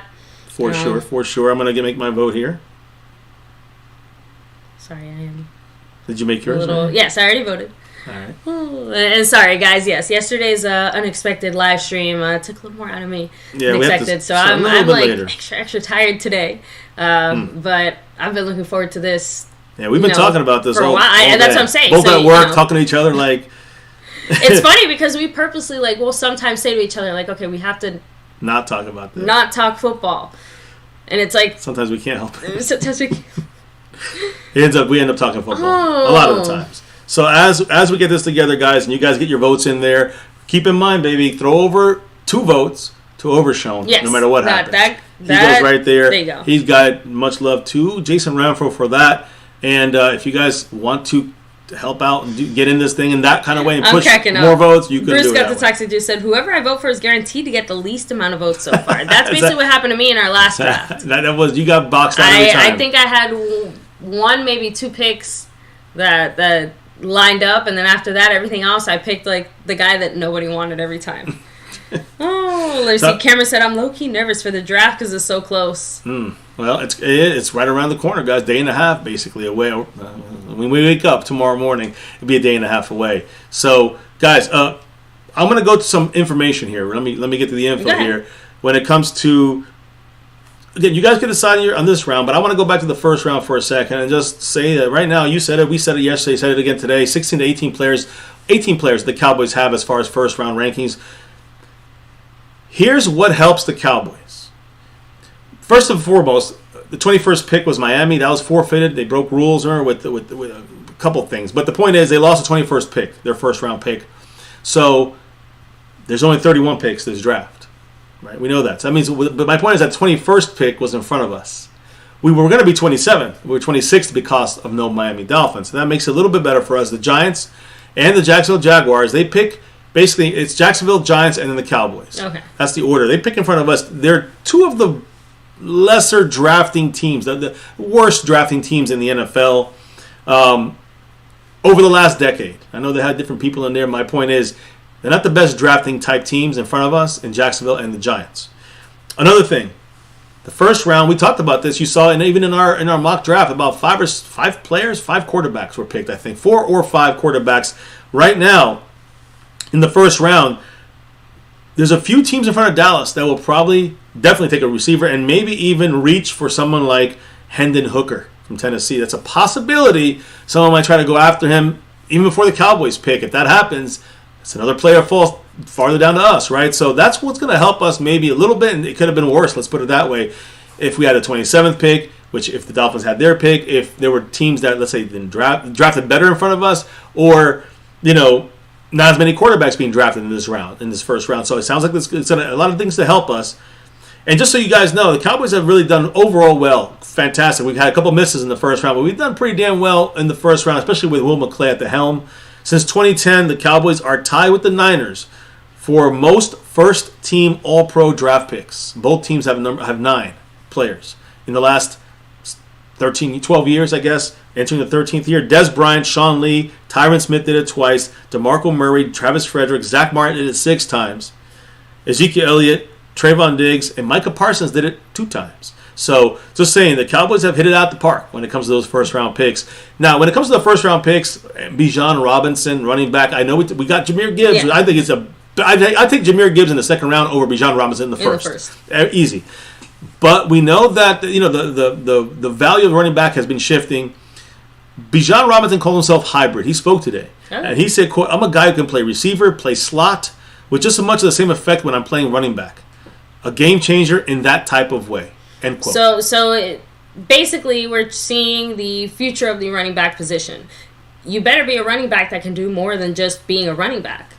Yeah. So I mean, that's again. Think of Tony Pollard. Exactly. That's the way that you can make yourself valuable, contribute, effective, and maybe end up getting the type of monetary compensation that you deserve. And I think Jahmyr Gibbs models a little bit more towards like a Tony Pollard. I mean, not as big, believe it or not, but models closer to Tony Pollard type than, let's say, Zeke. And I think that, well, we saw him, when you see the tape, you do see him make some pretty impressive. Well, I'm talking about Jahmyr Gibbs, more towards Tony Pollard. But I do think Bijan Robinson's kind of a marriage of both Zeke and Pollard in one body there, in Bijan Robinson. So I think Bijan probably is better at pass blocking as well than Jahmyr Gibbs. Could make a little difference there in those numbers. Anyways, point here is a lot of teams kind of almost overthinking the running back situation. He's a top 5 player on almost every board in the NFL, according to multiple sources out there.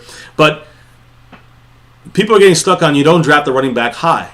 And I agree with that for our Cowboys, for sure. I'll tell you why. But if some people have him on the top 5, as you see in this draft, the Eagles in this mock draft took him at 10. So it's probably goes out by 15. He's off the board. Just saying, you guys know that I want to be Bijan Robinson. So that's how that goes. But if the Cowboys somehow drafted Bijan Robinson at 26, he came to us and we drafted him.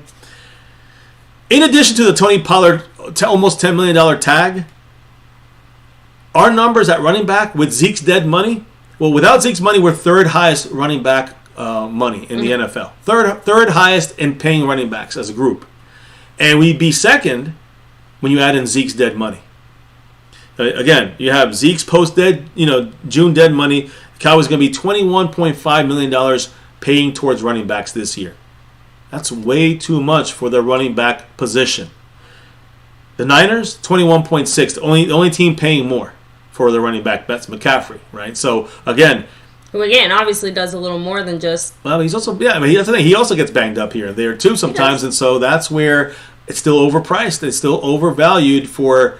Again, McCaffrey can do a lot of things, catch the ball and do it, but he still gets banged up. He gets beat up out there. So anyways, my point here is the Cowboys would probably benefit in not taking a running back in the first round. That's what that means with this first round discussion talk here. So now, real quick, baby. Yeah. Jason Renfro said that he added 2 more votes for Overshown. Let's see what's going on here. So, and I think after this, you can go ahead and close out the poll, and I'll go ahead and do the math because I think once you add the votes, if I'm not mistaken, and it's kind of funny because right now, even though Darius Rush is leading the pack right now with 35% of the votes, Overshown has 30%. Luke Shoemaker has 25%. Well, that's still close. And and then Reed has 10. Oh yeah, Jaden Reed. So again, the receivers are trying to falter here.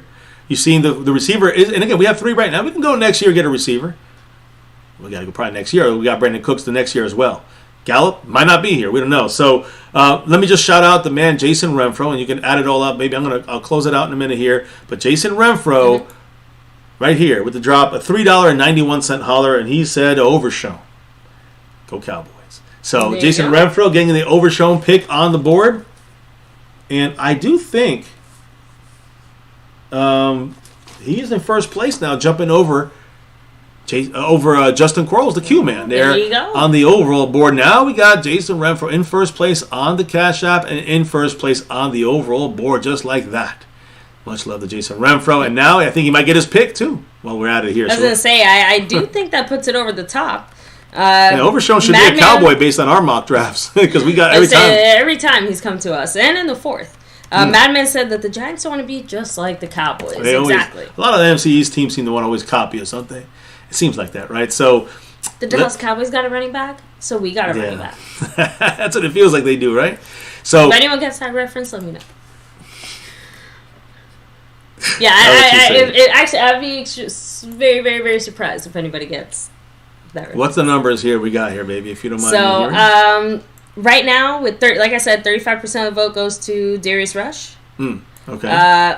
Overshown has 30%. Loon Shoemaker still has 25%. So all right, so we're down to 2 here. I do think with the 4 votes, that actually does put Overshown, like I said, solidly as our pick. The winner. All right, so let's get it. We got it. It got Overshown once again there. Made into our team here. What was that? Our third rounder, yes, right? Yes, and I do want to make it clear. Fourth. The fourth round. I'm sorry. I do want to throw it out there and make it clear again, guys. Yes, because obviously I know the poll, when you close it out, it's going to show Darius Rush there. Remember, Jason Renfro stacked some extra bonus votes into that. So I'm closing that one out. I guess it could still. Which so far is the only one that's actually been influenced away from the chat, because the other ones, even though votes were added, it was still the popular option or the most popular option. Good point. It wasn't enough to overthrow it, so to speak. I'd love to see how that stuff shows up. So there it is, baby. You give us the rundown, and I guess it's official, exactly. Right? So in House Nelson, not necessarily blatantly cheating, just obviously based off what you guys overall would have wanted. it would have been Darius Rush. So, but overshown. Actually, I think somebody must have voted real quick there. All right, right at the last second. Give us our yeah. So final. working on the next vote right now, guys, in the 5th round. Overshown he was taken then, yeah. right? I mean, by us. Okay, just making sure. So, but yeah, Mr. MCF is working on that got him. as we speak. And I'm getting the next round done here. Let me see who's left for us. Yes, we know, guys. It is getting a little late. We definitely... We got to go through it quick here. Man, we didn't get to pick at all here till late.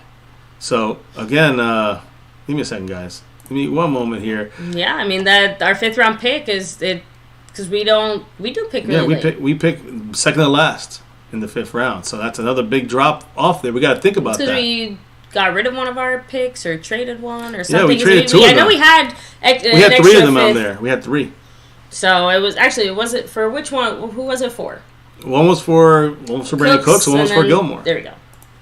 Pretty sure. I forgot Gilmore's name. Yeah. Sorry. Well, we're doing the draft. Honestly, so many names get stuck in my head that it does start to occasionally blur together. So it's easy for me to sometimes forget some of the players that we talk about. Yeah. No, I know. It takes me a second to remember. I can't talk when I'm doing this. So I know, that's why I'm trying to... Right here. Yeah, I know. I'm just saying, I'm trying to get these picks in on the board. House is cracking me up. He's like, tell that to Rush's family. So don't worry. Cooper Rush will go in and console him and let him join the Rush Club. The Rush Club. The Rush Club. Actually, I would actually kind of like it if we did have 2 guys with the same last name again. Not just Smith, okay? I know we have... Tyler Smith and Tyron Smith should have drawn straws, and whoever got the short one had to change their first name. That's it. Just go by your middle name now. It gets complicated here in Dallas. I can't. I know, I remember too when we had Jalen Smith and then his brother, and then at that time we still had Tyron Smith, so we had a lot of Smiths at one point. And if anybody, by the way, was keeping up with the NFL news, the Jets actually re-signed Connor McGovern. But not our Connor McGovern. No, their Connor McGovern. Yeah, they have their son. They have because a son they had their own Connor McGovern. McGovern. Yeah. So, and obviously our Connor McGovern is no longer ours. He's over in Miami. So he ain't ours. Actually, I think he's still with Miami. So Connor McGovern is. Now, I don't think these are new names. I think these are all new names. These are the top 4 that I got. Yeah, I don't see any repeats. Here it is, guys. Pick 5, 176, way at the end of the 5th round.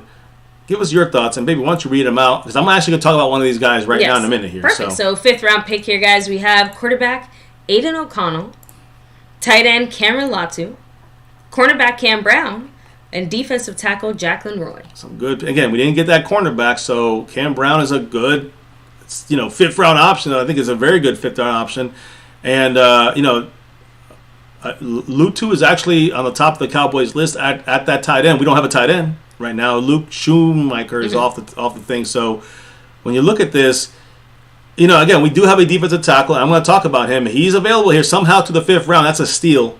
And you can get more than one player at a position. Keep that in mind, too. But we don't have any no receivers, right? I mean, I didn't see any receivers coming through. Yeah, here, so. But, I mean, we still, I hate to say we still have time, but... tight end is a bigger need than receiver at this moment. Right now, as well. And I also will say, I'm looking here at seeing what's available at that. Stephen White's like, what? Cam Brown, Latu? I'll pass.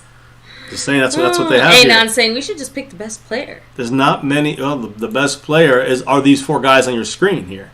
So remember, we're in the 5th. Yeah, there's not many best players available anymore, guys. Remember that. This is like right before the 6th round starts. So give us your votes. I'm going to try to vote it up here. I know. Look, I'm going to say before I make my vote, I'm going to speak on Jacqueline Roy, who will be available in at least the 3rd, at the earliest, right? But the 4th or 5th round, maybe, right? Roy from LSU, 6'3", 305 pounds. To me, too small to be that nose tackle consistently. But the Cowboys do like him a lot. His hands are 10 and 1, big hands, arm length. Big for his size there, 32 3/4, but wingspan 78. He had 49 tackles last year, 3 tackles for loss, 1 sack, 26 pressures. But the main thing is the run stop for him. He's got an 81 overall rating. Tackling is 68, but the run defense an 80. Very good there. Pass rush, even though you're not going to see the pass rush come out as much, but he can get through that first wave of offensive linemen, let's say. So the point is that Roy is really good at kind of that speed. I see a lot of the guys the Cowboys had that speed burst, that quick get off, and they have the ability to really give pressure on the quarterback as well, which is surprising. Kind of a change there from the interior nose tackle type of spot there, but he's not that fast. He's 52 rated in speed, extremely strong, 85 acceleration. Quick little burst, but not really acceleration. 44 and only a 29 agility. Very bad and athletically speaking. 3.72. When you have guys like Mozzie Smith, Keanu Benton, who did much better on those 7 and 8 point somethings over there, not 3 point something when it comes to athletically. So Jacqueline Roy, value pick here, but again, you're going to look at this guy now. That could be an issue. If you're relying on him to be your Mozzie Smith player, right? If you're relying on him to be your beyond Keanu Benton or Ika, if you look at it, he's not that yet. I think he has to go. Once you get to this round with him, I would really consider maybe not going at that. I would hope that we have that already figured out beforehand. So again, as I'm looking through here, guys, I'm gonna make my vote here, and then we will get to the end of this draft here as soon as we can. There we go. So let me go ahead, hit up the votes so far. I mean, Latu is overwhelmingly winning with 50% of the votes. So Onyx said, just call Jason Witten out of retirement. It's tied between 23% with Aiden O'Connell and Jacqueline Roy, and 8% to Cam Brown. Sorry about that, Bruce. Cracks me up. He said, I cast my vote to the next guy that we won't get. It happened again last round, I guess. So damn. Sorry about that, bro. So, and again, it's hard to be really passionate about anyone at this point in the draft. It's more outside of position, somebody kind of falling for us. So that's why I personally went for. Can you guess? Tight end. Tight end. That's what I did too. So I mean, I wanted Latu. The Cowboys third like time's him. a charm, right? The first 2 times I voted for tight end, we did not get the tight end. So Bruce, I understand your pain. Latu is right there, Alabama, and he's a target right there in that. I think easily he's a 5th round target. Yeah, so I say go ahead, lock down Latu, because he seems to be the overwhelming choice here. And again, if you aren't feeling passionate about it, if you didn't vote, it's all good. No, it is what it is. But that also means that Latu's definitely your vote. If you choose to abstain, that means your vote is the majority vote. By the way, letting you know. If you abstain, you don't get a vote then, I guess. But I'm just saying, that means that you're basically choosing to vote with whatever the majority is going Jason Renfro dropped a 5 on it. A $5 holler. That means he gets 5 votes. Oh, so that goes a certain way. So, Jason Renfro, who do you want to put those 5 votes to out of these guys, or do you have another guy? Let me see if he said anything in the chat here. All right. 5 on it for tight end. So, honestly, that locks it down. Locks down. Cameron Latu in the house. Cowboy official. There you go. So let me get it going here, baby. I'm going to lock him down. Latu going once, going twice. Latu? A lot of Latu. I'm going to stop there because I just realized I'm like, something about that makes me a little, it's a little awkward. Yeah. So let me get him on the board here for us. I'm going to pick him here in a minute. Players are not for sale. They're just for lease. Hey, it's called work, right? Everyone, we all for lease here, right? Unless you're the owner of the corporation, I guess. Yeah, Jerry's the leader on that side of things. There's Cameron Latu, officially a Cowboy. That's a good pick up there that late. Remember, Stephen Jones said going late with a tight end.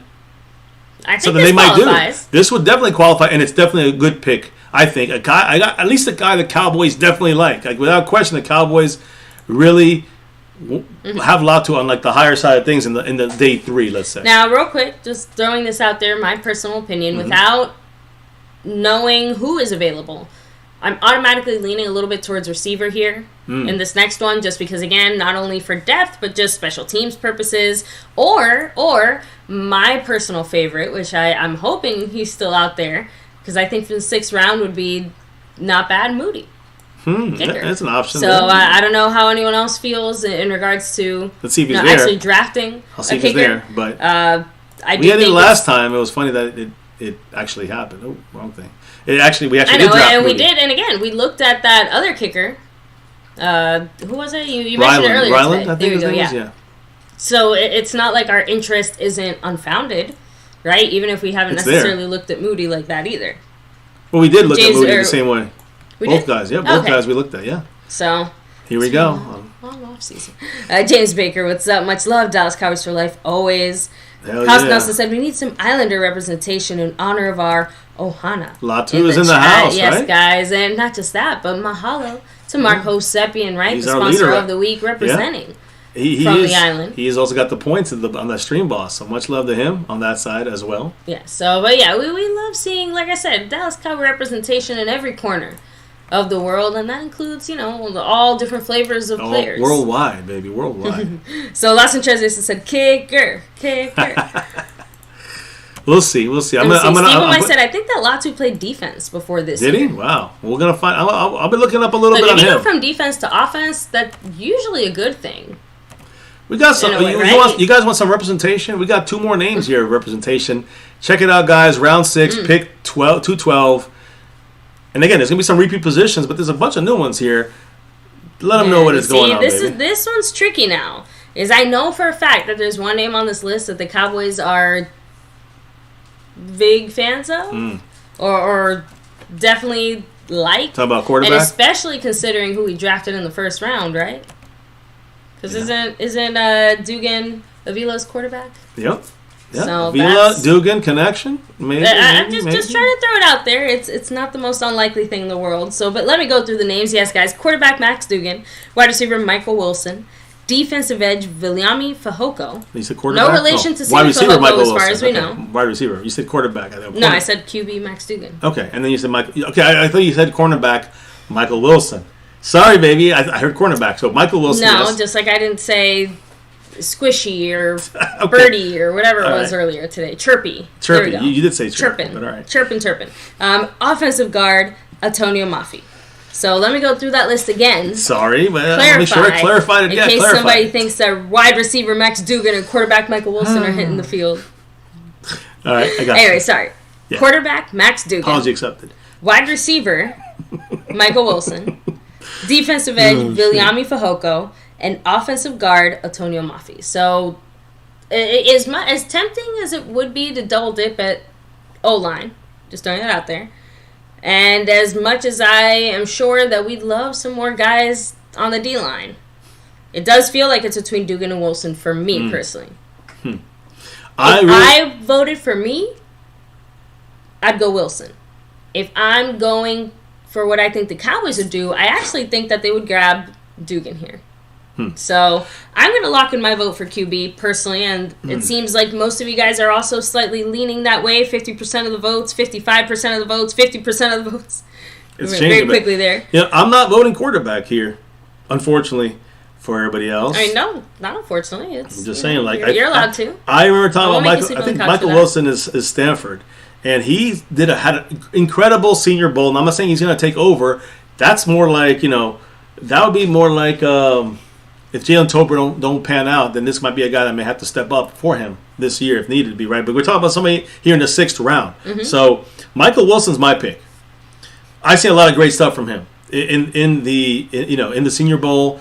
Unbelievable route running. I mean, he's Bruce tall got enough. to talk to Juice, said O-line double dip, let's go. Which, by the way, Maffi's good. Another player the Cowboys like. Got 29% of the votes, even though Dugan is leading the pack with 47. Yeah, see that's another player we can't overlook, guys, because again.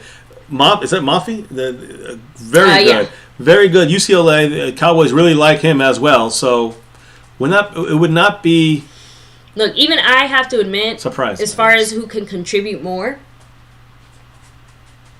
it's Maffi, right? Like, 100 million, 10%. The only way that Dugan's contributing is if we're all crying on our couch again, right? That's the thing. I don't think we need a quarterback right now. I almost want to take my vote back. But I already voted, and I'm going to stand by it. What's it looking like here? It's actually tied now between Michael Wilson and Antonio Maffi. Absolutely nobody wants Viliami Fehoko. Okay, so Fehoko. No one. No, that name might no one. Send chills to people's spine because of So Stephen White said Max won't get drafted. See, I think it's also... Bruce said I'm hearing he could go undrafted. So, did he close the poll? No. Oh, okay. Sorry. No, I saw you close it on the screen. I have to close it on my side here also. Okay, so then real quick, then... I mean, I don't want to go against the chat because we're still we still overwhelmingly are choosing Dugan here. So unless someone drops some love there. I would say give me another minute. Let me go take care of the doggy, and then we'll lock it in as soon as I get back. Yeah, when I look at some of these last kind of... Awning said he loves me some O-line. I honestly, this is probably one of those picks where if you got Dugan, Wilson, or Mafi, I would be happy with any of those. Same here. So, and I have to admit, I don't think this is the time to get another defensive player. They're all... It's I don't want to call anybody worthless, but you're right. It would not be useful. I think that's a better way of saying it. 2 hours in, guys. I knew it was going to be about 2 on this one, and this is the final. We're at the last tedious pick here, so we're almost at 20 picks. 20. I'm sorry. Moody can be the last one here, but we have to have a quarterback in there as well. Now, Mafi, I do like that pick. I think the Cowboys will probably go that route. I mean, if we don't have a receiver at this point, will the Cowboys be tempted to go with a Michael Wilson, who's incredibly, I think, has huge high upside. In the 6th round, it's a steal pick in my mind for a possible, step up starter in the next year or two, right? So I don't know. Maybe Michael Wilson is. Maybe he's not the guy, but no real issues here in trust and taking a chance. I wouldn't mind even Max Duggan. Like I said, I think he's a guy that shows great leadership skills, so he'd be a great pickup here in case Dak is not going to work out. I think a lot of people are already assuming Dak's not going to work out and say, I'm going to take him because he'll take over for Dak and I don't have to hear Dak's name anymore. But that's not going to happen unless something major happens to Dak, like we have with Romo, or, Dak doesn't pan out this year. Next year, then he has to step in, second-year guy. But how good is he going to be? Really, we don't know. I mean, I definitely picked Dugan more for, the future replacement of Cooper Rush. We still want a solid backup quarterback. Yeah, and I'd rather not have to try to figure that out. I'd rather just develop our own. And I know McCarthy's interested in doing that as well. And we tried to kind of do that. It just didn't pan out with, what's his face? Who's a quarterback? White, right? Mike White. Oh, that's an old one. Yeah, with Danucci as well. Yeah, so Danucci, I'm just saying that's the point. It's old because we tried and didn't work. So what's it looking like? Right the Patriots were Dugan's pro day. Madman was saying Cowboys are there too, by the way. Yeah, so Dugan does win, and I just think it's crazy that Wilson and Mafi were tied basically the entire time. And I didn't pick either. So you guys know more than I do. And White. So thank you, Madman. That makes sense. Yes. So I'm gonna get the next. I'm gonna make this pick through. I'm gonna try to put. I had to catch up at the bottom the actual names scrolling at the bottom. So we'll do that at the end. Yeah. As we wrap things up, but let's go ahead and make sure we get that 7th round pick locked in. Tell me. Again, I am a very predictable person. I can already tell you, if Moody's available, that's who I want. So I'm gonna check here in a minute. Very, very much. I was willing to get him in the 6th. So, I'm fully stand by that. I think that if Moody ends up being our 6th round pick, that's still to me a fantastic pick. All right, let's see. I'm gonna look right here. Moody. Exactly. We're all feeling. I don't know Moody if Moody's here up yet. I don't know if he's up yet. I know, that's why I said if he is there. I'm really hoping he is. I feel like he would be. Personally. I'm gonna check here, but I update the board. I'm updating the board. I'm sorry, guys. It's okay. You gotta. So here, for the final commercial break, until we wrap things up, guys, take a second to hit like, subscribe, and hit that notification bell. Follow us on all social media at MyCowboysFamily. You guys can also hop in our Discord. The link for that's in the description box down below. And of course, yes, drop some love. The only way that you can do so while we're dealing with these YouTube shenanigans through the Cash App, money sign MyCowboysFamily. You have the Venmo at my-cowboys-family. The regular PayPal link and the Streamlabs link, so your message shows up right here on screen. A huge mahalo to the man Marco Seppian, representing as the sponsor of the week right now, and the stream boss as well. And Trent M, rocking it as the Cash App King of the Cash App. The leaders right now, it's Jason Renfro running the show for this week, draft week, as we get closer and closer to kickoff of this draft. Next time we go live, it'll be Thursday. And we're here for the full draft, guys, all 3 days. So, I'm here. I'm going to have to look at other positions, it looks like, guys, because there's not much left for us here. It is the 7th round, so Bruce said, I typed those Moody's almost to the same chant as Rudy. That's how I was picturing it in my head. So that is very similar. That's going to have to be, I think, if he gets drafted, you'll be hearing that in the crowd every single game. Yeah, and honestly, talk about being able to contribute. How many other 7th round picks have a chance to put up points on the board? right? I'm just saying, like, getting Moody would fill holes that need filling on this team, while also directly contributing to, our overall points. Like, that's it. He's got one job. Hopefully he does it at a 90% rate or more, and that's all she wrote. Well, I have some good news for you, baby. Let me see. Moody is there. Yeah, by the way, Jason Renfro's a big fan of Dugan as Dak's backup QB or future backup QB. No, I'm a fan of that, too. It's just that, I'm going to be honest, a lot of these other quarterbacks are still hanging around this round at the end of the 7th round. So there's a good chance that the Cowboys may wait for an undrafted. If there's enough quarterbacks at the back end and they like a couple of them, they'll take something else, another prospect, better, whatever, unless they really like that. Dugan is there, then they'll probably get him. Outside of that, I don't see them. They might be waiting till the last round, to the undrafteds, to pick up a quarterback. There you go. You might want to make your pick there, baby. But real quick, the 4 guys: kicker Jake Moody, a wide receiver Michael Wilson, offensive guard Javon Gwynn, and running back Sean Tucker. So now I'm gonna make the case for Moody here one more time, guys. Really? No. I'm all about offensive line depth. Obviously, we still need a receiver. Running back as well. Could always be good, I guess. But we already got Gibbs, right? We already got Avila.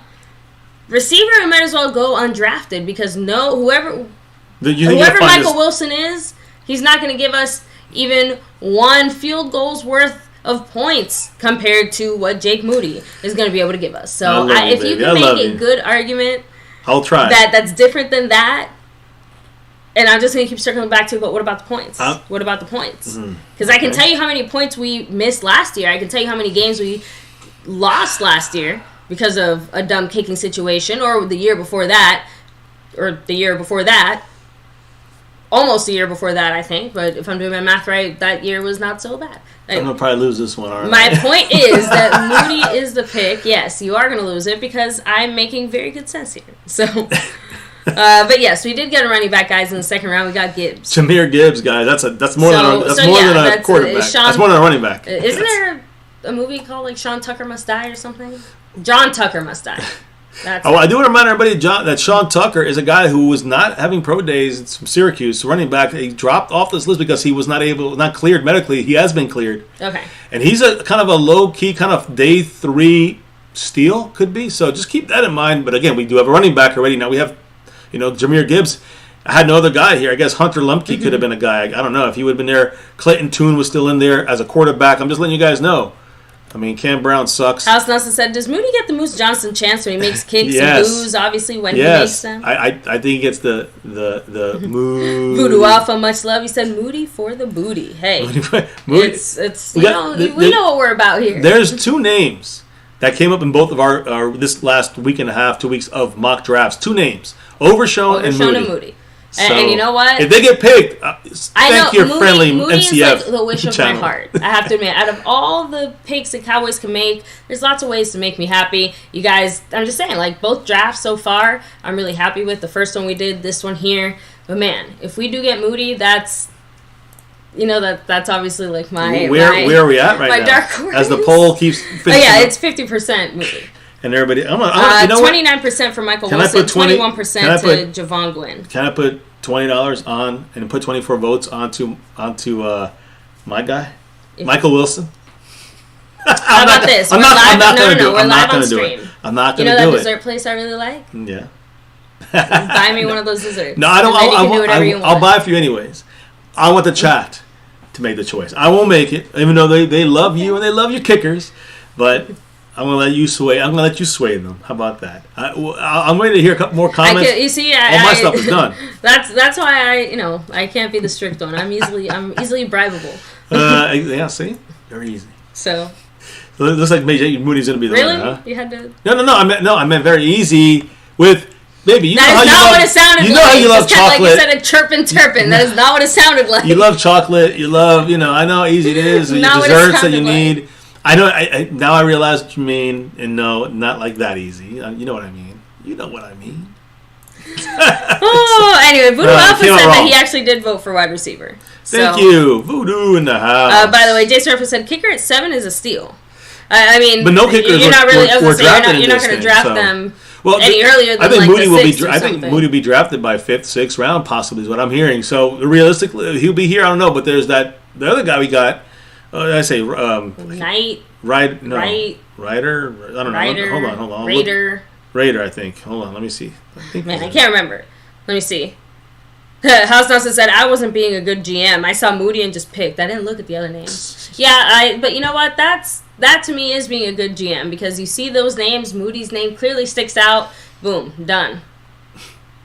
That's it. Some picks don't need to be thought about twice. What was I looking for again? So, Raider. Yeah, here it is. Chad Ryland from Maryland. Oh, Steve White said, my voter disappeared. Once you skip, you get skipped. No, guys, again, if you refresh the channel, you should be able to vote again. Yeah, you should be able to get your vote in there.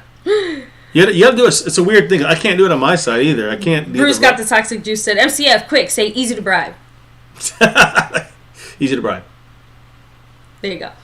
That's the answer. Turpin, yeah. So unfortunately, Turpin has now earned a new nickname. Turpin. Turpin. At least here on our channel, he is. So, baby, go ahead and close the poll because it's Moody for the kick. There's a clear decision. I went with the receiver, Michael Wilson, and that's second place there. In reality, probably the Cowboys take him, and then we get Moody in the undrafted. Exactly. Yay! Chappelle Hannon, what's up? Much love to you. So again, baby, that does wrap up officially the final mock draft here. As Mr. MCF gets all the names put up on the board, I'm going to go ahead and hit up your comments here as we wrap up Did I get everything them all on and there? say Did I get them goodnight. on there? Let me see here. I think that's what I'm saying. I thought you said you had to put them on for a second. Let me see here. Let me just see. It's on the last. This will be Moody. Yeah, I got to get Moody's on there. Yep. There you go. So again, huge shout out to everybody here hanging with us. But I have to admit, I'm very happy with this draft so far. If you want to go ahead and post, obviously, all the picks in the chat as well once you're done.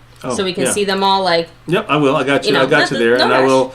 I will get this. Well, there's, it's a little late. The reason I say that is just because I want to know out of this draft, what is your favorite pick of the night so far, and which is the one that you're least happy with as well. So, because for me, I'm not sure. I mean, I guess look. Let's be honest. Moody is the obvious happy pick. He's the obvious. I had to stick to my brand, okay, and special teams is my brand.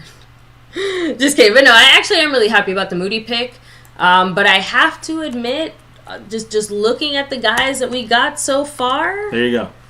Right back to back. NFL mock draft, round 1. You see, actually, scrolling down there, you see it here in front of you guys. I feel like the steal of the draft here has to be Gibbs. It has to be. Oh, but shit, I messed up. I'm sorry. What? I messed up. I had the mirrors. I left Rush on there. Yeah, I'm sorry. I'll redo it here. But Gibbs to me is the steal of the draft. Moody is my favorite pick. I think the pick that I like the least is probably... Oh, man. I don't know. Is he a first rounder? I hope not. Here, let me do it like this. I guess it kind of has to be Dugan. Just because of the fact that we probably could have waited there, I guess, in the end. It's probably the worst in pick, hindsight, hindsight, now I think I might have done something a little different there. I know at the time I thought about changing my vote, so I think Dugan is probably the worst pick. Like I said, Moody is my favorite, but obviously Diggs is gets the little gold star. I think Gibbs is a steal. Avila is his favorite. Avila, so Madman said, my favorite's between Avila and Gibbs. I love Keanu Benton. I love that pick there. I know Renfro loves Overshown. Latu is a good tight end pick there. Dugan is a good backup. That's the thing to me. It's backup. That's what bothers me about that pick. And Moody, of course, great kicker. Could wait to undraft. Those last two, I think I would have waited on. The reason that I don't feel as bad about it is, again, that 5th round pick was basically a 6th round pick. It's a glorified 6th round pick. So to me, it's basically we had 2 6th round picks and a 7th round pick there. So, Well, Latu is a tight end. We got him. I know, but that's what I'm saying. So getting a backup QB, late in a 6th round pick, that's. Yeah, we could have done better, but realistically speaking, whoever we're getting there is already. I agree. It's kind of a long developmental guy. Yeah. Exactly. So to me, I don't mind securing a little bit more of the future, especially just because, Cooper Rush did okay, But if there's a chance that we can get someone in there that can start to work in there, we can start to make that transition in a comfortable way. And there's always that, what if he takes over for Dak? And of course, the real thing that sticks in my mind, knock on wood, I want Dak to stay healthy, but he's been a little banged up the last handful of years in unexpected ways. So I don't necessarily mind having a little extra insurance policy there, even if I see it as obviously more of a future pick. I know, but the Cowboys have to be sold on him, and they have to, know that he would not be. He's not going to be drafted more or less. They must have an inkling that he's not going to be drafted, so we can get him in the undrafted section if they really like him enough, but not enough to draft him and overreach for him for a dude. And hey, maybe you changed. Oh, there you are. I was like, what is that big dog? Yeah, she's being a Shih Tzu. A little stinker. So she's going to wrap up the stream with us. So, as I do the final shout-outs here of the night, let me see. Stephen White said, Max doesn't have a future. House Nelson said, I feel like we'll watch Gibbs' career with deep envy if he's on another team. I wouldn't say that yet because, again, second round, and this thing, it came out this way, most of them don't have him going to the second round.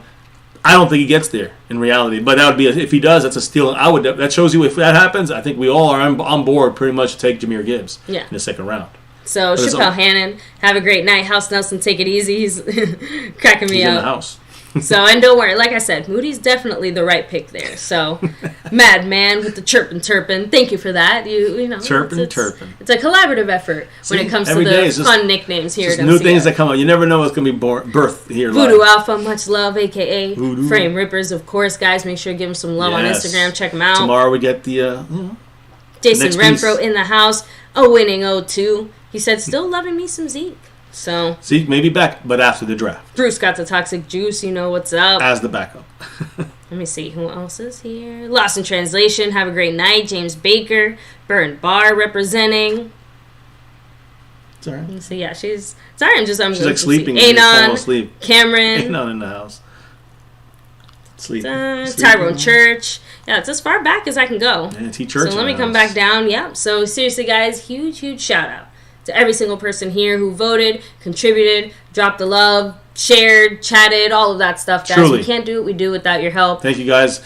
Hitting that thumbs up, the like for the stream, subscribing to the channel, hitting the notification bell, all videos. Remember, we're going to be off tomorrow on our little nightly thing here, but then Thursday, Friday, Saturday, draft, full coverage, full discussions. We'll talk a lot here on camera through the most, or if not the whole draft, definitely for our picks. And then Sunday, the wrap-up for the week. The wrap-up of our draft with the undrafteds and everything. So we'll get the Moody's and we'll get the Dugans probably the night of Saturday night into Sunday. So we'll see how that goes. So either way, guys, can't do this without you all. This fan-led interactive draft is our second one in the last 2 weeks, and it's been fantastic. You guys really gave us a great insight of what the family wants and and I hope we gave you an idea of what may be available in some of these spots, at least the best choices available that we think here that matches with the Cowboys. So either way, guys, thank you. Much love.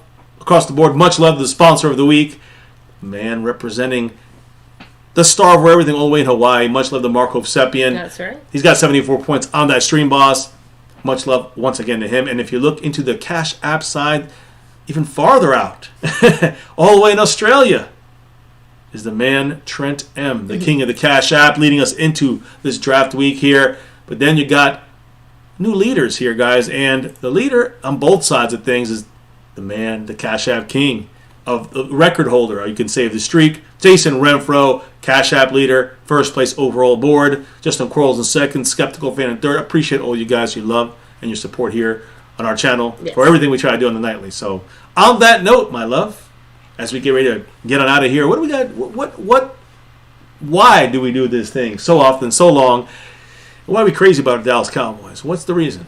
It's that navy blue, that silver too, and that star over everything. Don't sleep. That's right, guys. Win, lose, or draw, good, bad, or ugly, never forget. We rep that star over everything, and here in this channel for almost 6 years and beyond, never forget the number one thing here, now, and forever. As always, say it loud, say it proud, say it with us. Go Cowboys! Let's get that 6 and beyond. Thank you all for dropping your knowledge in the chat. I truly appreciate your guys' votes in tonight's, mock draft. Appreciate all your insight, especially your guys, extra votes you added on there. with the Cash App, Venmo, PayPal, Streamlabs, whatever it is. But we'll hopefully get the YouTube stuff done and working here next week or so. Hopefully, right? YouTube, you can work with us, right? So yeah, memberships and super chats and all that. So guys, on that note, we gotta drop out. We're gonna take a little breather tomorrow. And if there's some breaking news, something major, of course, I will go live. If it's just me, I'll do it, and we'll discuss it a little bit tomorrow night. But no matter what, we'll be live here next time. Kickoff of the draft, guys. Thursday night. Be here. Bye-bye. Be here. Be here and be near to us here at My Cowboys Family as we go through all the picks in the first round. And, of course, the only one that matters to us, pick 26 with the Dallas Cowboys pick. So that's what we're going to do, guys. Unless the Cowboys, of course, decide to shake it up, in which case you'll see us live. You'll see our reaction on all that. So on that note, guys, thank you once again. But, baby, before we can drop out, clock out officially, and come back here relocked, ready, and reloaded for draft night on Thursday, first round, what do we got to do before we drop out of here for the night? We got to drop the beat. Thank you guys once again. Great fan interactive Dallas Cowboy final mock draft here, NFL mock draft. You guys made the picks here. We made some of the picks. You can see how wrong we were as well today when it came to your guys' choices, but it's all right because it's going to be for real in the books, in stone, written in stone on Thursday night for round 1 and beyond. Thank you guys once again. We'll see you back here on Thursday for the kickoff of this draft. And as always, never ever forget the number one thing here at My Cowboys Family. Go Cowboys!